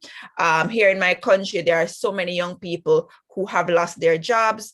A lot of young people, particularly in the agricultural sector, have been negatively impacted because they aren't as able to be able to go out and to sell their produce in the markets because of restrictions, because of the lockdowns. Many of them who would have been tapping into the export markets have again been affected. So again, we see COVID contributing to this issue of job insecurity and reduced income and reduced yields. And it has reminded us especially that we need to build readiness into our existing systems. And as we move forward, it cannot be a business as usual. We have to ensure that we build in resilience, that we build in adaptation to support our global systems in responding to change, irrespective of whatever that change might be. Our systems must be able to withstand, these changes that we are experiencing and that we are going to experience in the future. And, when we think about skills development, we cannot think about just developing skills and leaving it at that. It has to be that we have to, develop skills to achieve significant outcomes for disadvantaged groups, among which are your rural youth. So again, we need policies that link skills development, social protection, employment, work placement, youth who are probably disabled and not as able to, engage in very strenuous skills. So what are some of the areas that we can develop to include them as it relates to young women? How are the skills that we are going to, put across for young men or for young women may vary. So again, consideration has to go into it, and it cannot be a one-size-fits-all approach. We have to curate it to ensure that, different persons are able to benefit and that individual, collective experiences are taken into consideration when devising these solutions. Next slide, please. Okay. So tapping into the second area that I consider to be quite important as we seek to move forward is the idea of green jobs and how we are going to provide. Giannel, you have 1 minute left. Okay. And clean future for our youth. And, green jobs represent just one of the few approaches with relevance across socioeconomic and ecological dimensions. And to be honest, youth are in fact eager to acquire and uptake green, innovative knowledge and technologies. Across the Caribbean, whether it's a small island states, whether it's countries in Europe, we have seen, that interest on the part of youth to be engaged in green jobs that not only, create opportunities for sustainable development, but also provide a cleaner and greener way for us to develop and, for us to be able to acquire an income while still being able to care for the environment. The strong demand and advocacy for environmental action that us as youth put forward can in fact create a societal movement leading to the transition to sustainable production and consumption, which again is one of the important SDGs. Next slide, please.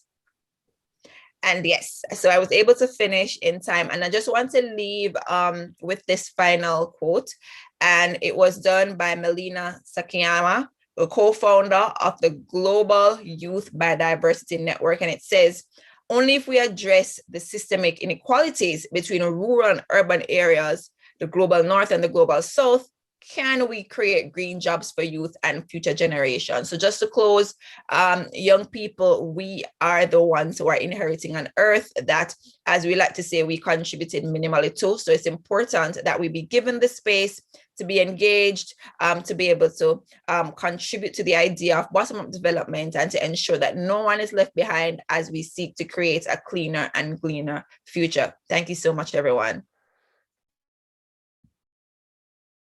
You're muted. Sorry. Thank you so much, Giannel, for your contribution. Let's move now to our last panelist, Dr. Sunil Pandey. who will talk about the perspective from the private sector, from global strategy to the implementation of biodiversity-friendly agri-food systems. So, Dr. Pandey, you have the floor. Yeah, thank you very much.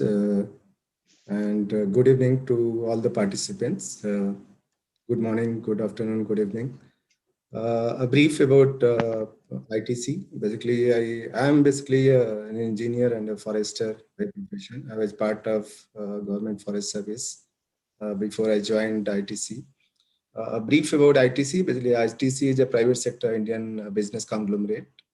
We have an annual turnover of about $8 billion US. And this turnover mainly, it comes in the segments of agri, processed food, dairy, paperboard packaging, personal care, hospital. So we are in multiple businesses. And just to mention that almost all our major businesses are rooted in agriculture. And we have end-to-end interlinked value chain control for better product quality and customer experiences. For example, if we have a product like a biscuit or the cookies, so we also grow wheat in collaboration or in conjunction with thousands of farmers. In the same way, like if we have the juices business, we also grow horticulture crops and the fruits along with the farmers. So that's part of how our businesses are interlinked. Now we work with in our business context. We work with just I will mute the video. I will stop it because there is some issue with the signal. Yeah. So in our business context, we work with more than 1 million farmers in multiple agroecological regions of the country of the India. And also we support the farmers in following good agriculture practices. We are also into the procurement, manufacturing, distributions. And basically this interlinking and the kind of integrated business value chain really has allowed us that we are carbon positive, we are water positive, we are waste recycle positive for almost more than a decade. What it enables us is that whatever, let's say in our manufacturing units, whatever the carbon emission happens, more than that, we sequester carbon through our agroforestry initiatives. In the same way, whatever the water consumption happens in our manufacturing units, in our business environment, more than that, we basically conserve water through rainwater harvesting and different water harvesting structures in agri-ecological regions. Similar is the case with the waste recycled positive. So whatever waste we generate in our manufacturing operations, we utilize more than that in our business context. Because we believe that basically we need to be responsible in all our environmental components. Now coming to the biodiversity, like all of us believe that agriculture today is facing a real major sustainability issue. And in fact, all our business divisions understand that biodiversity and its conservation in all entire agro production and subsequent value chain is extremely important because it supports the essential ecosystem services, which is extremely crucial for our long-term sustainability, for productivity, risk mitigation for the businesses, and also the well-being of farming communities.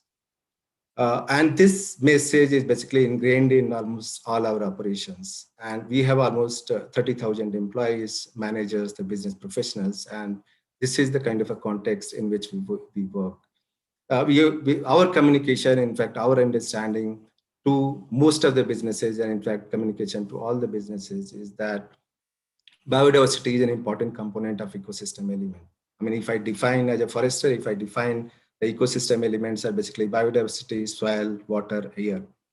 And these are the 4 kind of ecosystem elements that we deal with, and in fact, we are working with. Now, biodiversity is on top of that because biodiversity is an ecosystem element which impacts soil, impacts water, it impacts air.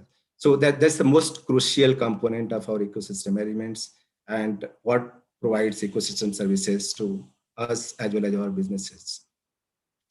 As a business, we work in different ecosystems, in almost all 4 ecosystems of aquatic, forest, agriculture, and grassland, because of our nature of businesses. And in fact, we understand the importance of the biodiversity conservation in terms of its production support, in terms of its support services in terms of its pollination, in terms of its soil formation, in terms of regulating services, in terms of pest and disease control, in terms of flood control. So one is our communication to all the businesses and all of us is extremely clear that biodiversity conservation has to be taken as a top priority. But how do we embed this biodiversity conservation across our business components, across our businesses? So there are a lot of activities that we do, and in fact, we ensure that it's basically a kind of embedded into all our business operations. So just to give a few examples, like we support biodiversity in different agribusiness catchments. We have established almost 139 biodiversity conservation plots. And this covers almost about 22,000 acres and in different agroecological regions. Also, what these biodiversity conservation plots means that these are a kind of the means for in situ and ex situ biodiversity conservation. And there is an involvement of the village communities, there is an involvement of the farmers, there is an involvement of the forests, the people, the forest communities. And in fact, every year we do the indexing of these biodiversity conservation plots to see that whatever the management interventions we are providing, whether the biodiversity in terms of variety and variability is improving in those biodiversity conservation plots or not. So this is one of the initiatives that we have taken, so that in almost all our operating areas, agri operating areas, there is a kind of there is a focus on the biodiversity conservation. Also, we are the largest agroforestry businesses, in a sense, like we have developed almost 800,000 acres of agroforestry in the country, right from northern part of the India to the southern part. And most of these agroforestry initiatives were taken in degraded land. So that way we have really revived the productivity of that land, the soil of those almost 800,000 acres of the land. It has really provided the resilience to the farming community in terms of rotation of income, in terms of the seasonal risk, in terms of the nutrient utilization at different soil depth level, and also reducing the dependence of these communities or even the wood-based industries on the nearby forest. And that has really improved the biodiversity and basically rejuvenated degraded forests, which were earlier, like 20 years back, where we're not having that much biodiversity.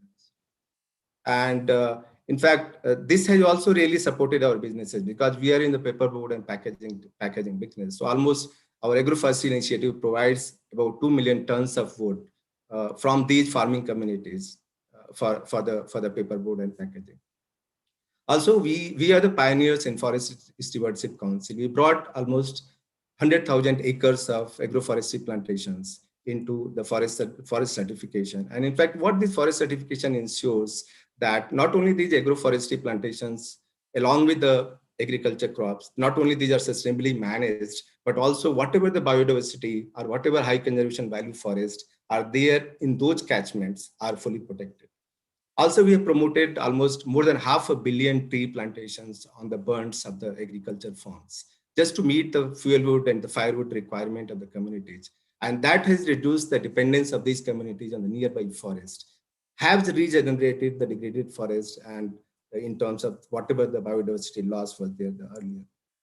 Also, ITC as a company, we have developed and deployed a tool which we call a biodiversity risk and opportunity assessment tool. That was done in collaboration with the Earthwatch Institute, UK. What this BROA, what we call a biodiversity risk and opportunity assessment tool, it basically identifies the impacts and dependencies of business operations on biodiversity. And accordingly, the management practices or the interventions are designed to mitigate those and to avoid any impact on any adverse impact on the biodiversity. Also, we have a IUCN supported baseline establishment and development and implementation of management plans for almost all ITC agribusiness landscape areas. After doing all that, we also thought, why not cross-pollinate whatever the biodiversity conservation tools and the practices that we have developed over the years to other businesses. And in fact, we are the pioneers. We founded what we call the India Business Biodiversity Initiative. Almost that is along with the industries, along with the government, along with the other partners, so that whatever we have learned in the process, now that is getting disseminated to other businesses of the country, and they can take care of biodiversity conservation in their own catchment. after like whatever I have mentioned, I also feel that there is at a global level or at a country level, there are support required in terms of making agroforestry as an integral part of the agriculture. And that's one way to protect the biodiversity as well as to mitigate whatever the adverse impact of the unsustainable agriculture practices that we are facing today. The second, I think intervention can be mainly in terms of adoption of natural capital accounting from the business perspective. So Sorry, when the businesses Dr. adopt the Pandey, natural capital can you accounting, conclude? Yeah. So the second one is the adoption of natural capital accounting processes and incentivizing improvement in biodiversity in industry operations catchment. I mean, that's one suggestion that we can really adopt in our business operations in different areas. Thank you very much for giving me time, and we will interact further in the question and answer session. Thank you very much. Thank you very much, Dr. Pandey, for this presentation. And if something I can take out from your presentation, there are many things I can take out from your presentation, but the one I really find the most interesting is the fact that you put biodiversity on the top, and I think that's something which is quite interesting, because these days it's not often the case. So, and based on the fact that biodiversity impact climate change, impact water, etc., etc. So I think that's quite an interesting message. I have a series of questions from the floor. The first one is for Gerda Verburg, and the question is what synergies can be used from vertical and horizontal actors for the enormous and diverse transformation of all the small and fragmented actors? So the whole issue of the bottleneck. It's very easy to ask this question, but it doesn't work like this. It's beginning with the instruments, whereas you need to start with the people. So wherever you go, at every level, be it in livelihood, regions, community, etc., first bring the people around the table and then agree upon an action agenda. If you start with the institutions, you can easily change something, but it will be disputed. If you do too much into agroforestry and you don't invest in fisheries, then you will be criticized. So only by taking the time, taking a step back, recognizing that only together you can build such an agenda, you will be able to start. And then you start to ask, but then you are able to make the case as well. In my work on nutrition, we're working in 63 countries. I've never had a problem in finding the right funding, the right level of funding. It becomes challenging if I have a convincing case. And I can only make a convincing case if it's focused on concrete actions and focused on collaboration and in the end, ownership by the people and communities themselves.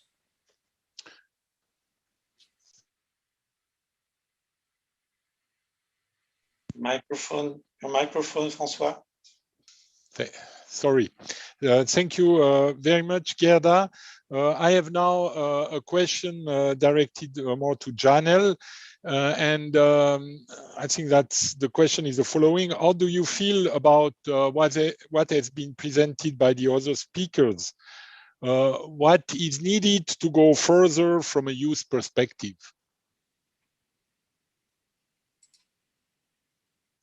Are you still with us? Giannel? No, I think she's not with us anymore. I have now a question to Sunil, and the question is the following. What is the private sector expecting to come out or learn from international process such as the CBD COP15, so the Global Biodiversity Framework, and the Food Systems Summit?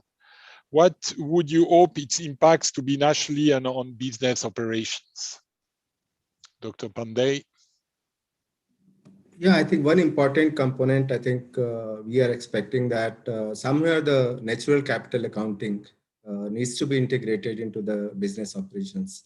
So whenever we decide about the investment, about different business operations, I think the biodiversity becomes a kind of integral part of its evaluation, as well as how the businesses are done in different agroecological regions, because that's extremely important, because unless there is a tool and unless there is a mechanism that really the biodiversity conservation is integrated into the businesses, I think it will always get left out. I mean, that is what we have done in our businesses, that it's not a matter of choice. It's like very much integrated into the business, because that really ensures the long-term sustainability. That really provides us the risk mitigation. That really improves the life of the communities. So I think that has to be integrated. So my expectation is that somewhere the natural capital accounting needs to be brought into the business operations. Do you allow me, Francois, to add something to this? I was going to give you the floor anyway, Gerda, on this natural capital accounting. Because this is the internalization of the external costs, and I think it requires a new business model. Now, there are two places where this is the thinking is ongoing, and there is a good chance to have concrete proposals to have new business cases implemented at businesses in the Food Systems Summit, developed by Global Compact and by the World Business Council for Sustainable Development. Right now, you can see that an overarching business case is how to serve our clients, how to serve our investors, our investors, and how to make maximum profit. The new business case needs to include, not fight making profit, because otherwise the business will not sustain. And they need to have a profit, but not maximum profit. So the inclusion of how to serve our workforce, give people decent incomes and decent treatment, for instance, food and nutrition, workforce and nutrition, how to invest in workforce, how to invest in the planet, and how to invest in society. So these three pieces need to be included in the internalization and renewal of business cases. I fully agree with that. We have started already to push for investors, big investors, to ask these kind of things to businesses where they want to make an investment. Sure. I fully agree with it. Yeah. Thank you very much, Gerda. I have another question for you, Dr. Pandey, which is, which were, from your experience, the biggest barrier to implement what they call this transformation in agriculture production, and what would you recommend to other companies willing to engage in similar change? See, the biggest challenge that we face is really to convince the communities and the entire farming community that there is a sustainable model. There is a different way of farming it, and also including our own business professionals, that sustainability, or let's say the biodiversity or the ecosystem elements, are something which needs to be. So that's the biggest challenge that you can say internally as well as externally, in convincing the communities, in convincing the policymakers, in convincing the whole lot of stakeholders that the present way of doing businesses, the present way of doing the farming, it needs to change. Like let's say even the adoption of agroforestry in different. It's not that the farmers don't get money out of that, but convincing them that the integration of agriculture with the forestry, it improves soil, it improves environment, it improves their own package of practices, it improves the productivity of the land. So because a lot of the people see it in terms of the immediate context, and that's the kind of a biggest challenge internally as well as the externally. Thank you very much. Your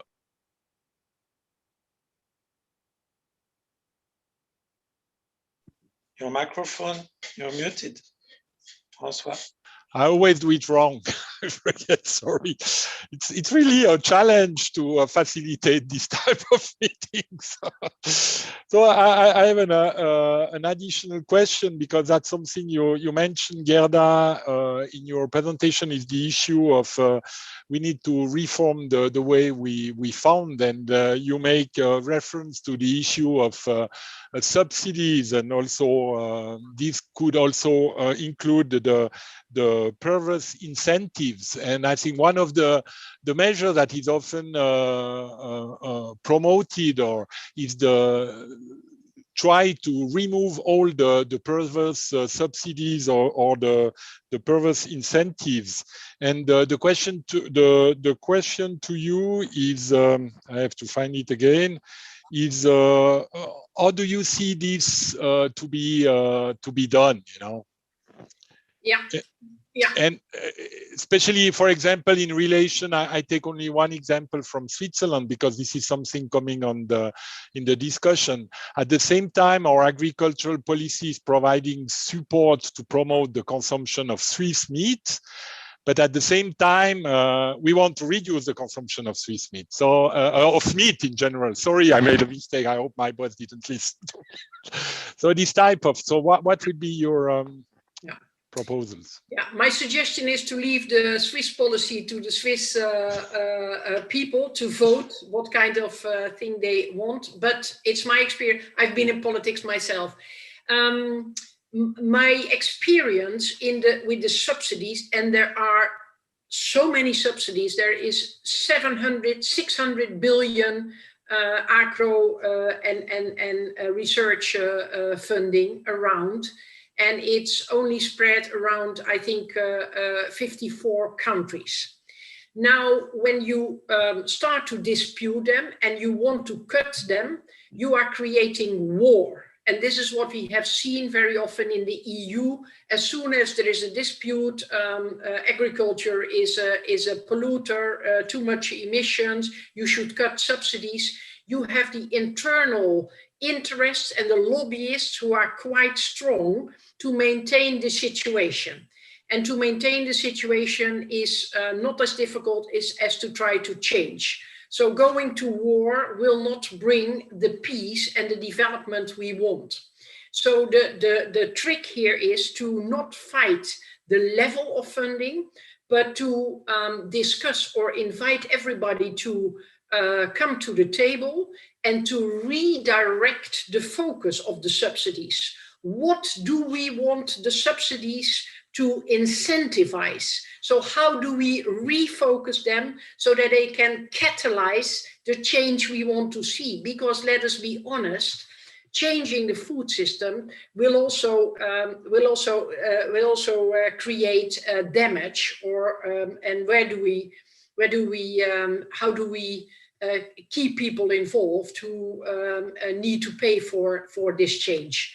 So it is creating peace and prosperity rather to go at war to fight to cut the subsidies. This is my invitation, and this is also what I have seen and experienced. And my advice is try to develop a policy of naming and faming, where you can applaud these companies and these farmers and these horticulturists and fishermen and women who are doing well, praise them, rather than try to create penalties. However, you might you might need to have the need of creating taxes for these naughty companies who will never learn it, but also always start with incentives.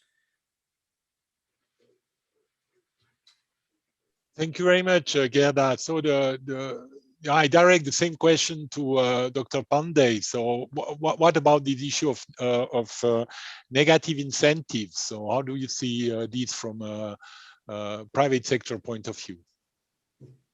Yeah, I think in a larger context, that's certainly an issue, because once we start incentivizing unsustainable practices, and you don't realize the negative impacts of that, then obviously it leads to a lot of consequences. And it's at beyond a particular level, it's very difficult to bring the things to the normal where the systems really value the biodiversity or the ecosystem elements, because you have a kind of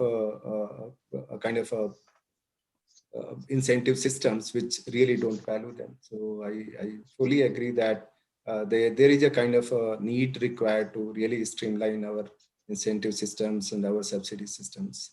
And otherwise, probably we are heading towards a kind of a disaster, a kind of unsustainable practices going everywhere. There is a need for that. And along this, I have a question. The change you brought to your business model, they came from the company, or they were also influenced by some governmental policies and related incentives? Yeah. See. So, what is the role of the government in the change? Yeah. No, in fact, I mean, I'm really fortunate to work in a company which is more than 100-year-old, and we have been doing responsible businesses. In fact, a lot of things which have been adopted by different government systems were pioneered by ITC. Like if you take this Forest Stewardship Council certification, we were the pioneer in adopting it and bringing the whole FSC certification to the agroforestry systems. And later on, the government has also taken up. In fact, different businesses have also taken up. So I think I'm really fortunate to work with a company where we really value sustainability, and a lot of pioneering works, including the water harvesting structures. In fact, we were the first company to become water positive. And because for one of the factors was that we were working in an agroecological region, which was a drought prone, where the water was an issue. And we started working. It might have started because of our own business requirements that we need to conserve water in those agroecological regions. But then once it became a practice, once we really adopted it internally, it really led us to link it to how do we reduce water consumption in different agri systems itself. So we started the zero tillage systems. And so basically it's a kind of a stepwise, but continuously thinking how to improve, how to make the systems more sustainable. I mean, that's extremely important, because there are the leaders, there are the people who continuously think over it. Like today we are doing in an XYZ manner, whether it's really sustainable, can we do it ABCD manner? And really we have been a pioneers in a lot of initiatives in terms of like this biodiversity conservation plots. This was brought, like we were the private sector. We were not in, there was no regulation for us to really take the community land, to really take the degraded forest land and improve, do in situ and ex situ biodiversity conservation in those lands. But because we believe that in any agri systems or any intensively managed system, biodiversity will get compromised. And unless we really dedicate part of our resources for biodiversity conservation, the long-term sustainability of the productivity of the land for agriculture, for agroforestry really doesn't exist. So a lot of things, the pioneering things, we thought over it, we initiated. And in fact, government really supported us. Government really followed in most of the initiatives. And we are extremely fortunate that we could drive it in our businesses. Yeah. And this is what we quite often see, that family companies are realizing that they built on the shoulders of the previous generations. And they also realize that they want to leave the company to the next generation in a good condition. And they are much more aware of creating this enabling environment. And in many cases, we see bigger family companies leading the way to the change we need to see.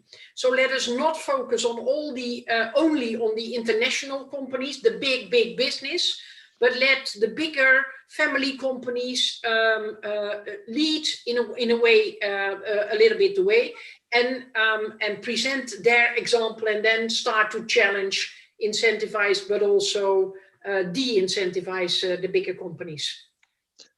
Thank you, Gerda. And since you took the floor, I have another question for you. I think the question was about the alignment between the Common Agricultural Policy of the EU and the European Green Deal.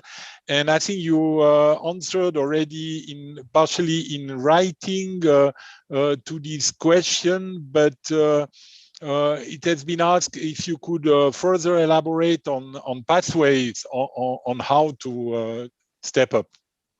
I embrace the Green Deal of Europe. And I think in this in this world, it's a good direction, and I hope to see the United States of America also stepping up again in making this world a better place. However, if I read the Green Deal and I come back to the need of having a balanced approach into sustainability for people and sustainability for the planet, I think there is some extra weight on the planet. And you will not succeed if you don't balance this out. However, it's the best try so far, and it's really guiding countries because they all need to behave the same, and they have agreed upon it, so they can hold each other to account, which is not always easy in the EU. Now, the agricultural policy, the CAP, the Common Agriculture, building on the Green Deal, I think the Common Agricultural Policy can step up a little bit. But I would like to see also the critics, the people who are critical about the current agricultural policy, to not go to war. Don't go to war, but be there to build future and prosperity. So be available to discuss how can we use the same level of subsidies to encourage farmers and producers and who have you to change behavior and incentivize that behavior and de-incentivize the behavior we don't want to see anymore. But as soon as you start to dispute the level of subsidies, you go to war and they will close the ranks and you will get not as far as you hope to go. Yes, I think it's a good point. And actually it brings to another question that we probably don't have time really to elaborate, but it brings again the fact that at the center you need to put the people, and when we talk about transforming farming practice, we need to put the farmer in the center, and I think the issue is how do you convince a conventional farmer to transform its farming practice towards more sustainability? Yeah. So if you have one tip. Well, do not only start with farmers, also start with consumers. Yeah. Let me give you one example. There was a farmer, a pig farmer, who said, and I want to produce the best and most sustainable and animal-friendly meat. And they agreed with the retailer, etc., for take-up. After 3 weeks, the retailer said, sorry, our consumers don't buy it because they need to pay, I think, a few cents more, and they don't want to do it. The farmer had invested millions to build the most animal-friendly system. Well, this is not the right example to take farmers into that direction.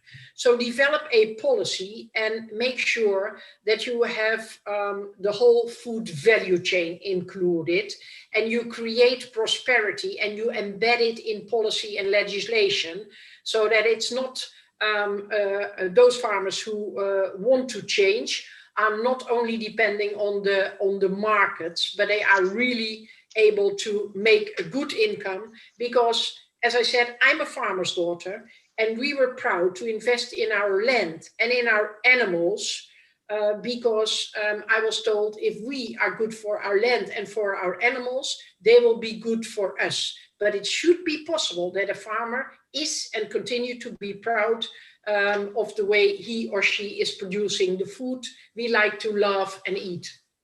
Thank you very much, Gerda. I think with this, we started with biodiversity and we end up with food system approach. So I think it's really the two elements that again are coming in your last statement. So thank you very much. And I think time is flying, so we are coming to the end of this second panel. Again, I would like to thank the 3 panelists. Too bad we lost our young representative during this discussion. It was a very rich dialogue, and a lot of ideas and have been put forward. And I think again another very I found quite interesting proposal that came from you, Gerda, was really to invite all the participants to join this national dialogue on food systems. That's we organized one in Switzerland a couple of weeks ago. It was incredible.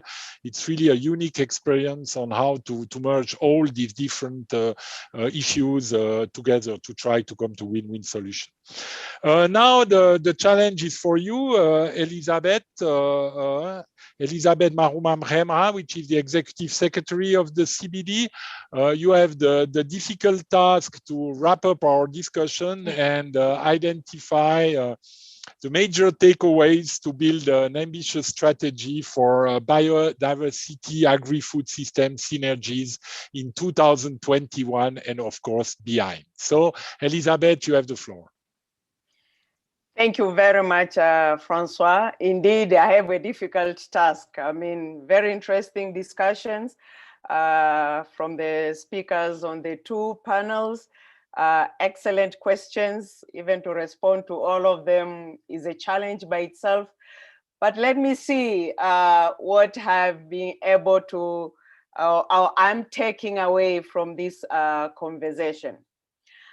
First, let me begin by thanking you, Francois, and the organizers for giving me this opportunity to close this important and timely event, particularly as we prepare for a conference of the parties towards the end of the year and a month before that, the UN Food Summit itself, and it was a delight to see Agnes also with us earlier on officiating this event.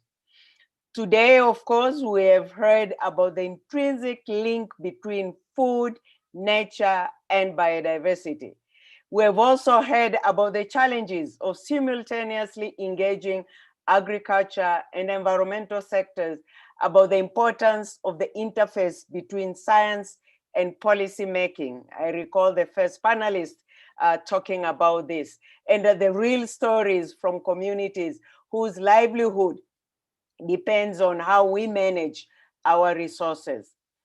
What all of these have had in common from all the panelists, as I've seen it, is that all deal with one most pressing challenge of today, and that is, how do we secure universal access to sufficient, nutritious, safe, health, and affordable food for a population that is projected to grow to almost 10 billion by 2050. And I would like to share at least about 4 messages in this regard. First, we cannot reach this goal without biodiversity. Biodiversity is essential to food security, and it is essential to nutrition globally. And without healthy nature, healthy biodiversity, we cannot have quality nutrition, and without quality nutrition, we cannot have good health. However, biodiversity is unfortunately also disappearing for our own day-to-day diets. And there are statistics to prove this. We see that thousands of plants and animals used for food in the past, only less than 200 currently contribute to global food supplies, and only 9 account for almost 70% of the total crop production. If we go back and look since 1960s, diets worldwide have become increasingly homogeneous, dominated by staple crop rich in energy, but poor in macronutrients. Everywhere in the world, people are not consuming enough nutrient-rich foods, such as fruits, vegetables, nuts and seeds, or whole grain, and we are missing full range as the result of nutrients essential to human health. Furthermore, about 11 million premature deaths per year occur related to unhealthy diets. Low dietary diversity has become the primary driver of death and disabilities. This is unfolding salient crisis that we cannot afford to ignore. And I hope Agnes is still with us as we all together prepare for the Food System Summit later in the year. It is therefore critical that we also preserve and restore biodiversity in our diets. Food-based approaches that address malnutrition, equally micronutrient deficiencies are needed. They are also unfortunately disconnected from the current agricultural production systems. We need to prioritize rich diversity of species for healthier diets and improved nutrition. I may give you examples. Neglected and underutilized species that are nutrient dense, climate resilient, profitable and locally available and adaptable are fundamental to improving our day-to-day diets and production diversity. These neglected and underutilized plant species need to be mainstreamed into production and consumption systems, including linking them to school meals, public food procurement, dietary guidelines, and sustainable gastronomy. Researchers have clearly shown that greater crop diversity stabilizes national food production over time and thus increases food security. Secondly, and my co-chair has already spoken, the post-2020 Global Biodiversity Framework will be an indispensable pillar of international architecture to support these and all the transformations needed for our food systems to ensure improved food and nutrition security, environmental sustainability, and achievements of the Sustainable Development Goals. The post-2020 framework is an opportunity for us to bring all actors, stakeholders, right holders in support of sustainable transition of agri-food systems, and it can play a significant role in building the resilience we need in the face of growing environmental, health, and development challenges facing our food systems. There is a momentous opportunity to find synergies between our 15th Conference of the Parties to the Convention that will take place in October in Kunming, China, and the UN Food System Summit. At the Conference of the parties to the Convention will adopt a plan of action 2020 to 2030 for the International Initiative for the Conservation and Sustainable Use of Soil Biodiversity. This again can be a concrete contribution to the game-changing solutions that the Summit on Food Systems seeks to promote. Thirdly, we must work towards these changes together. We need agriculture and we need environment sector to work together, and we need engagement at every level. We need to remember that smallholders are stewards of biodiversity and play a key role in maintaining genetic diversity of our food supply, which result in both benefits and risk reduction against nutritional deficiencies, ecosystem degradation, and climate change. However, we also know the smallholders need our support. Most of the world's farms, over 80%, are operated by smallholders. Yet, most are grappling with the chronic food insecurity and lack of access to formal safety nets. These smallholders are also increasingly vulnerable because they rely on ecosystem services that are under increasing pressure as the result of climate change. It is therefore crucial that we invest in smallholder farmers. We need to ensure they have access to markets, that we need to empower and engage women farmers, and we must support entrepreneurship among the smallholders. Food security and nutrition strategies are needed to ensure that farming families are healthy and capable of continuing to make important contributions to the overall dietary diversity of the world population. A sustainable food system transitions can therefore support livelihood communities. Countries with higher crop diversity have been shown to support more agricultural jobs as well as having improved crop yields. Transition to agricultural sustainability will result more and often better jobs. The adoption of more sustainable agricultural policies can create wage employment in medium and large organic farms and allow the smallholders to diversify their sources of income. A sustainable agriculture transition will also create jobs in industries associated with production, distribution, and sale of inputs for these agricultural systems, including waste management, construction, renewable energy, and services. Finally, we have a blueprint. The Convention's 5th Global Biodiversity Outlook outlines 2 important pathways to address all these issues and move from business as usual towards transformative change. And these were also underlined by the previous speakers during the panel discussions. 1, sustainable agricultural transition, which suggests redesigning agricultural systems through agroecological and other innovative approaches to enhance productivity while minimizing negative impacts of biodiversity.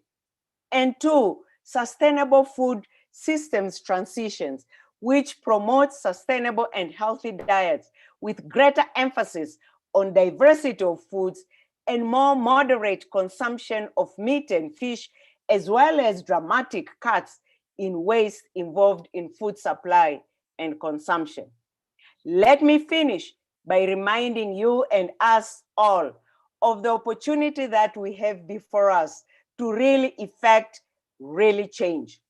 And I invite you to help us ensure that our 15th Conference of the Parties and the UN Food System Summit become a turning point for agriculture, food systems, biodiversity, and sustainable development in this decade of action as we strive to meet the 2030 Agenda for Sustainable Development. Thank you, speakers. Thank you, listeners. Thank you so much, Elizabeth, for this impressive wrap-up and the strong message you send to all of us to achieve the objectives we have for 2021. So before closing definitively this meeting, I give the floor back to Didier Babin on behalf of the organizer for a closing remark. Yes, I will be very brief. So first of all, I want to thank you and to applaud you, Francois, to manage and monitor this and facilitate this discussion, because it's a complex issue, and you were the good you had a good skill to do that, and it was perfect, I think. I also want really to thank all the panelists. I think it was, as I mentioned at the beginning, a marvelous list of people, and I think the discussion was really interesting. And of course, it was an honor to have both together Elizabeth Maruma Rema and Agnes Kalibata to start this discussion and to facilitate these dialogues between both community from biodiversity and from agri-food system. But and especially in the road to Kunming, and also in the road to the UN Agri-Food System Summit.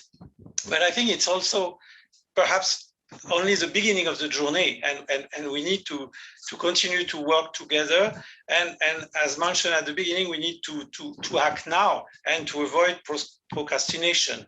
So with that, I just remind you that you will receive tomorrow a message from our team, and especially a survey form. I ask you to complete it, because it's really important for us to continue to work on these topics and to prepare the next steps and next webinar.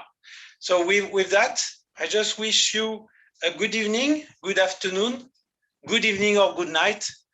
And I hope that we will see each other next time and perhaps in person. So thanks a lot and bye-bye. Thank you, Didier. Bye-bye to all of you. See you soon. Okay, bye-bye.